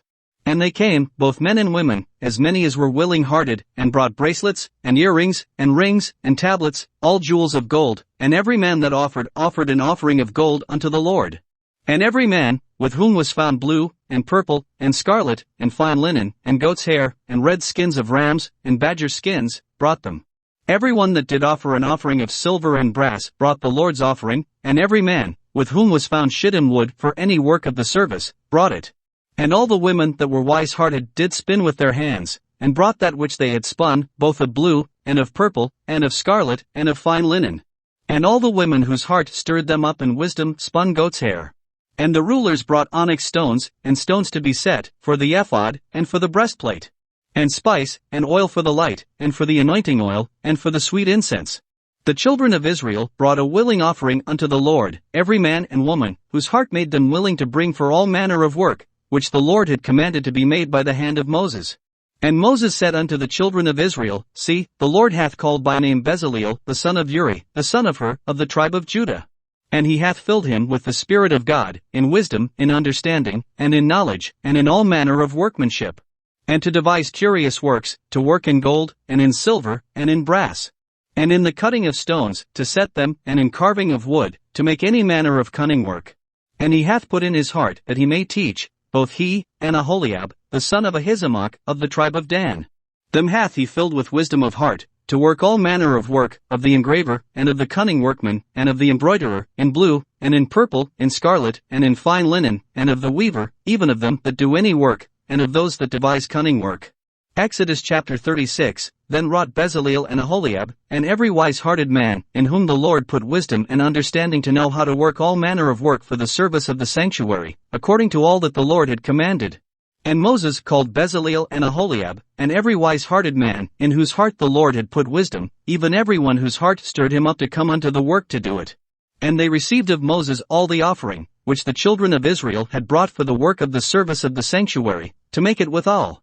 And they brought yet unto him free offerings every morning. And all the wise men, that wrought all the work of the sanctuary, came every man from his work which they made. And they spake unto Moses, saying, The people bring much more than enough for the service of the work, which the Lord commanded to make. And Moses gave commandment, and they caused it to be proclaimed throughout the camp, saying, Let neither man nor woman make any more work for the offering of the sanctuary. So the people were restrained from bringing. For the stuff they had was sufficient for all the work to make it, and too much. And every wise-hearted man among them that wrought the work of the tabernacle made 10 curtains of fine twined linen, and blue, and purple, and scarlet, with cherubims of cunning work made he them. The length of one curtain was 28 cubits, and the breadth of one curtain 4 cubits, the curtains were all of one size. And he coupled the 5 curtains one unto another, and the other 5 curtains he coupled one unto another. And he made loops of blue on the edge of one curtain from the selvage and the coupling, likewise he made in the uttermost side of another curtain, in the coupling of the second. 50 loops made he in one curtain, and 50 loops made he in the edge of the curtain which was in the coupling of the second, the loops held one curtain to another. And he made 50 taches of gold, and coupled the curtains one unto another with the taches, so it became one tabernacle. And he made curtains of goat's hair for the tent over the tabernacle, 11 curtains he made them. The length of one curtain was 30 cubits, and 4 cubits was the breadth of one curtain, the 11 curtains were of one size. And he coupled 5 curtains by themselves, and 6 curtains by themselves. And he made 50 loops upon the uttermost edge of the curtain in the coupling, and 50 loops made he upon the edge of the curtain which coupleth the second. And he made 50 taches of brass to couple the tent together, that it might be one. And he made a covering for the tent of ram's skins dyed red, and a covering of badger skins above that. And he made boards for the tabernacle of shittim wood, standing up. The length of a board was 10 cubits, and the breadth of a board 1 cubit and a half. One board had 2 tenons, equally distant one from another. Thus did he make for all the boards of the tabernacle. And he made boards for the tabernacle, 20 boards for the south side southward. And 40 sockets of silver he made under the 20 boards, 2 sockets under one board for his 2 tenons, and 2 sockets under another board for his 2 tenons. And for the other side of the tabernacle, which is toward the north corner, he made 20 boards. And their 40 sockets of silver, 2 sockets under one board, and 2 sockets under another board. And for the sides of the tabernacle westward he made 6 boards. And 2 boards made he for the corners of the tabernacle and the 2 sides. And they were coupled beneath, and coupled together at the head thereof, to one ring, thus he did to both of them in both the corners. And there were 8 boards, and their sockets were 16 sockets of silver, under every board 2 sockets. And he made bars of shittim wood, 5 for the boards of the one side of the tabernacle, and 5 bars for the boards of the other side of the tabernacle, and 5 bars for the boards of the tabernacle for the sides westward. And he made the middle bar to shoot through the boards from the one end to the other. And he overlaid the boards with gold, and made their rings of gold to be places for the bars, and overlaid the bars with gold. And he made a veil of blue, and purple, and scarlet, and fine twined linen, with cherubims made he it of cunning work. And he made thereunto 4 pillars of shittim wood, and overlaid them with gold, their hooks were of gold, and he cast for them 4 sockets of silver. And he made an hanging for the tabernacle door of blue, and purple, and scarlet, and fine twined linen, of needlework. And the 5 pillars of it with their hooks, and he overlaid their chapiters and their fillets with gold, but their 5 sockets were of brass. Exodus chapter 37, And Bezaleel made the ark of shittim wood, 2 cubits and a half was the length of it, and a cubit and a half the breadth of it, and a cubit and a half the height of it. And he overlaid it with pure gold within and without, and made a crown of gold to it round about. And he cast for it 4 rings of gold, to be set by the 4 corners of it, even 2 rings upon the one side of it, and 2 rings upon the other side of it. And he made staves of shittim wood, and overlaid them with gold. And he put the staves into the rings by the sides of the ark, to bear the ark. And he made the mercy seat of pure gold, 2 cubits and a half was the length thereof, and 1 cubit and a half the breadth thereof. And he made 2 cherubims of gold, beaten out of one piece made he them, on the 2 ends of the mercy seat. 1 cherub on the end on this side, and another cherub on the other end on that side, out of the mercy seat made he the cherubims on the 2 ends thereof. And the cherubims spread out their wings on high, and covered with their wings over the mercy seat, with their faces one to another, even to the mercy seat ward were the faces of the cherubims. And he made the table of shittim wood, 2 cubits was the length thereof, and a cubit the breadth thereof, and a cubit and a half the height thereof. And he overlaid it with pure gold, and made thereunto a crown of gold round about. Also he made thereunto a border of an handbreadth round about, and made a crown of gold for the border thereof round about. And he cast for it 4 rings of gold, and put the rings upon the 4 corners that were in the 4 feet thereof. Over against the border were the rings, the places for the staves to bear the table. And he made the staves of shittim wood, and overlaid them with gold, to bear the table. And he made the vessels which were upon the table, his dishes, and his spoons, and his bowls, and his covers to cover withal, of pure gold. And he made the candlestick of pure gold, of beaten work made he the candlestick, his shaft, and his branch, his bowls, his knops, and his flowers, were of the same. And 6 branches going out of the sides thereof, 3 branches of the candlestick out of the one side thereof, and 3 branches of the candlestick out of the other side thereof. 3 bowls made after the fashion of almonds in one branch, a knop and a flower, and 3 bowls made like almonds in another branch, a knop and a flower, so throughout the 6 branches going out of the candlestick. And in the candlestick were 4 bowls made like almonds, his knops, and his flowers. And a knop under 2 branches of the same, and a knop under 2 branches of the same, and a knop under 2 branches of the same, according to the 6 branches going out of it. Their knops and their branches were of the same, all of it was one beaten work of pure gold. And he made his 7 lamps, and his snuffers, and his snuff dishes, of pure gold. Of a talent of pure gold made he it, and all the vessels thereof. And he made the incense altar of shittim wood, the length of it was a cubit, and the breadth of it a cubit, it was 4 square. And 2 cubits was the height of it, the horns thereof were of the same. And he overlaid it with pure gold, both the top of it, and the sides thereof round about, and the horns of it, also he made unto it a crown of gold round about. And he made 2 rings of gold for it under the crown thereof, by the 2 corners of it, upon the 2 sides thereof, to be places for the staves to bear it withal. And he made the staves of shittim wood, and overlaid them with gold. And he made the holy anointing oil, and the pure incense of sweet spices, according to the work of the apothecary. Exodus chapter 38, And he made the altar of burnt offering of shittim wood, 5 cubits was the length thereof, and 5 cubits the breadth thereof, it was 4 square, and 3 cubits the height thereof. And he made the horns thereof on the 4 corners of it, the horns thereof were of the same, and he overlaid it with brass. And he made all the vessels of the altar, the pots, and the shovels, and the basins, and the flesh hooks, and the firepans, all the vessels thereof made he of brass. And he made for the altar a brasen grate of network under the compass thereof beneath unto the midst of it. And he cast 4 rings for the 4 ends of the grate of brass, to be places for the staves. And he made the staves of shittim wood, and overlaid them with brass. And he put the staves into the rings on the sides of the altar, to bear it withal. He made the altar hollow with boards. And he made the laver of brass, and the foot of it of brass, of the looking glasses of the women assembling, which assembled at the door of the tabernacle of the congregation. And he made the court, on the south side southward. The hangings of the court were of fine twined linen, 100 cubits. Their pillars were 20, and their brasen sockets 20, the hooks of the pillars and their fillets were of silver. And for the north side the hangings were 100 cubits, their pillars were 20, and their sockets of brass 20, the hooks of the pillars and their fillets of silver. And for the west side were hangings of 50 cubits, their pillars 10, and their sockets 10, the hooks of the pillars and their fillets of silver. And for the east side eastward 50 cubits. The hangings of the one side of the gate were 15 cubits, their pillars 3, and their sockets 3. And for the other side of the court gate, on this hand and that hand, were hangings of 15 cubits, their pillars 3, and their sockets 3. All the hangings of the court round about were of fine twined linen. And the sockets for the pillars were of brass, the hooks of the pillars and their fillets of silver, and the overlaying of their chapiters of silver, and all the pillars of the court were filleted with silver. And the hanging for the gate of the court was needlework, of blue, and purple, and scarlet, and fine twined linen, and 20 cubits was the length, and the height and the breadth was 5 cubits, answerable to the hangings of the court. And their pillars were 4, and their sockets of brass 4, their hooks of silver, and the overlaying of their chapiters and their fillets of silver. And all the pins of the tabernacle, and of the court round about, were of brass. This is the sum of the tabernacle, even of the tabernacle of testimony, as it was counted, according to the commandment of Moses, for the service of the Levites, by the hand of Ithamar, son to Aaron the priest. And Bezaleel, the son of Uri, the son of Hur, of the tribe of Judah, made all that the Lord commanded Moses. And with him was Aholiab, son of Ahisamach, of the tribe of Dan, an engraver, and a cunning workman, and an embroiderer in blue, and in purple, and in scarlet, and fine linen.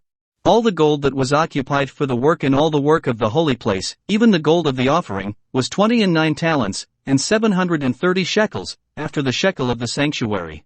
And the silver of them that were numbered of the congregation was 100 talents, and 1,760 shekels, after the shekel of the sanctuary. A bekah for every man, that is, half a shekel, after the shekel of the sanctuary, for every one that went to be numbered, from 20 years old and upward, for 600,000 and 3,550 men. And of the 100 talents of silver were cast the sockets of the sanctuary, and the sockets of the veil, and 100 sockets of the 100 talents, a talent for a socket. And of the 1,770 and 5 shekels he made hooks for the pillars, and overlaid their chapiters, and filleted them. And the brass of the offering was 70 talents, and 2,400 shekels. And therewith he made the sockets to the door of the tabernacle of the congregation, and the brasen altar, and the brasen grate for it, and all the vessels of the altar. And the sockets of the court round about, and the sockets of the court gate, and all the pins of the tabernacle, and all the pins of the court round about. Exodus chapter 39, and of the blue, and purple, and scarlet, they made cloths of service, to do service in the holy place, and made the holy garments for Aaron, as the Lord commanded Moses. And he made the ephod of gold, blue, and purple, and scarlet, and fine twined linen. And they did beat the gold into thin plates, and cut it into wires, to work it in the blue, and in the purple, and in the scarlet, and in the fine linen, with cunning work. They made shoulder pieces for it, to couple it together, by the 2 edges was it coupled together.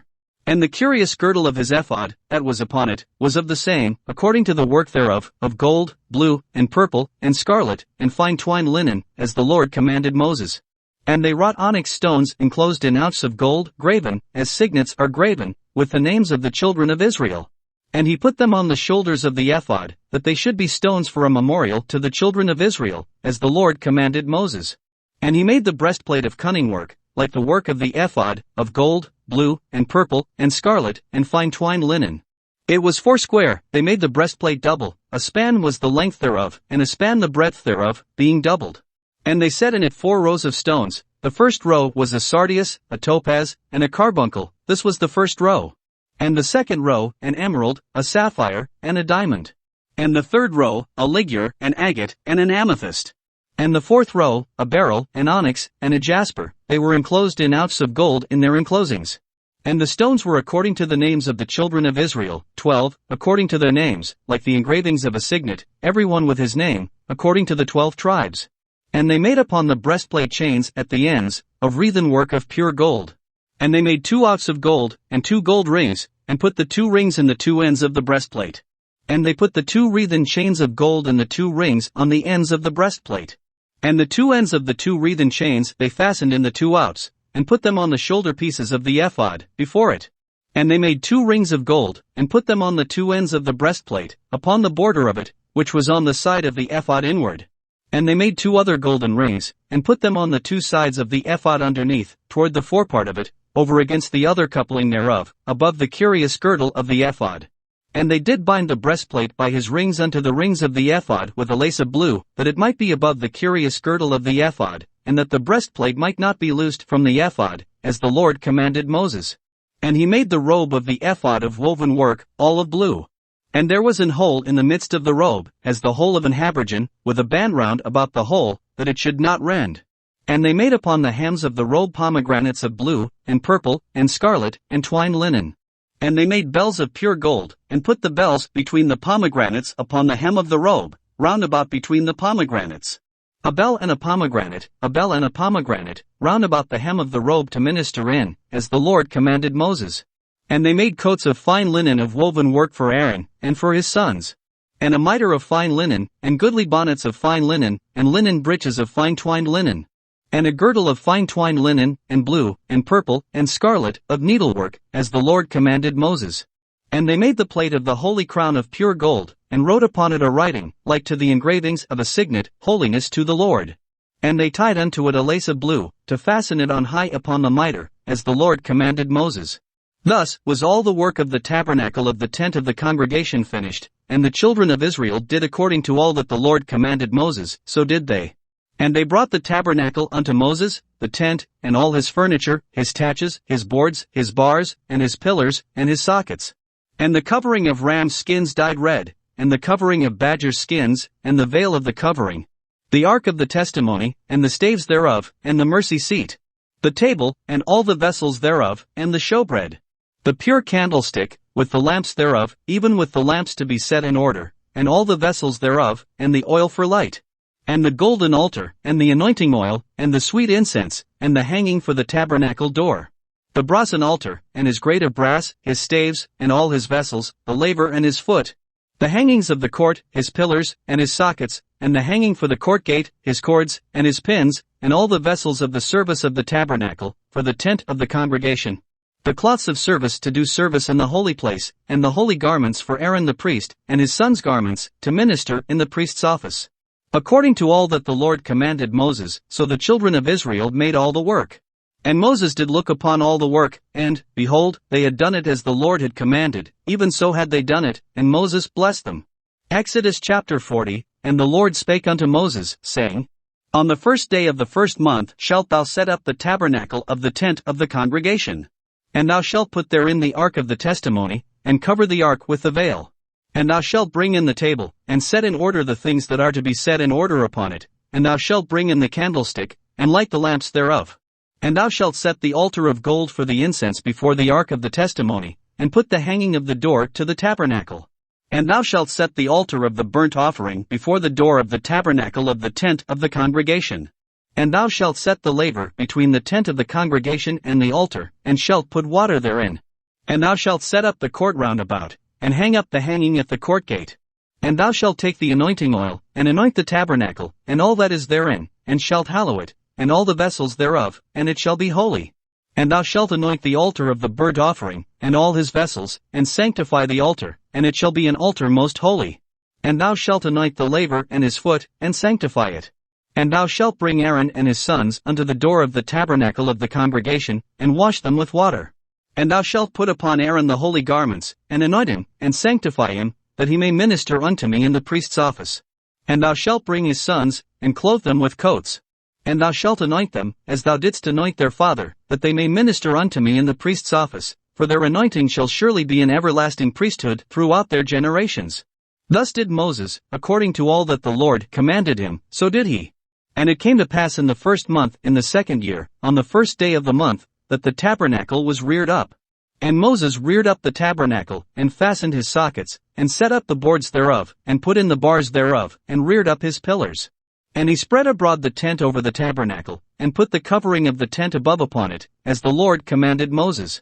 And he took and put the testimony into the ark, and set the staves on the ark, and put the mercy seat above upon the ark. And he brought the ark into the tabernacle, and set up the veil of the covering, and covered the ark of the testimony, as the Lord commanded Moses.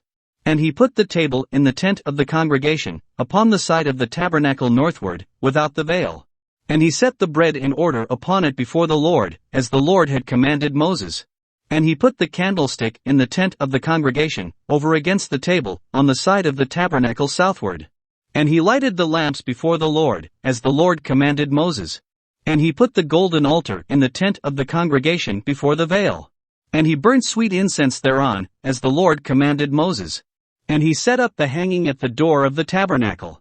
And he put the altar of burnt offering by the door of the tabernacle of the tent of the congregation, and offered upon it the burnt offering and the meat offering, as the Lord commanded Moses. And he set the laver between the tent of the congregation and the altar, and put water there, to wash withal. And Moses and Aaron and his sons washed their hands and their feet thereat. When they went into the tent of the congregation, and when they came near unto the altar, they washed, as the Lord commanded Moses. And he reared up the court round about the tabernacle and the altar, and set up the hanging of the court gate. So Moses finished the work. Then a cloud covered the tent of the congregation, and the glory of the Lord filled the tabernacle.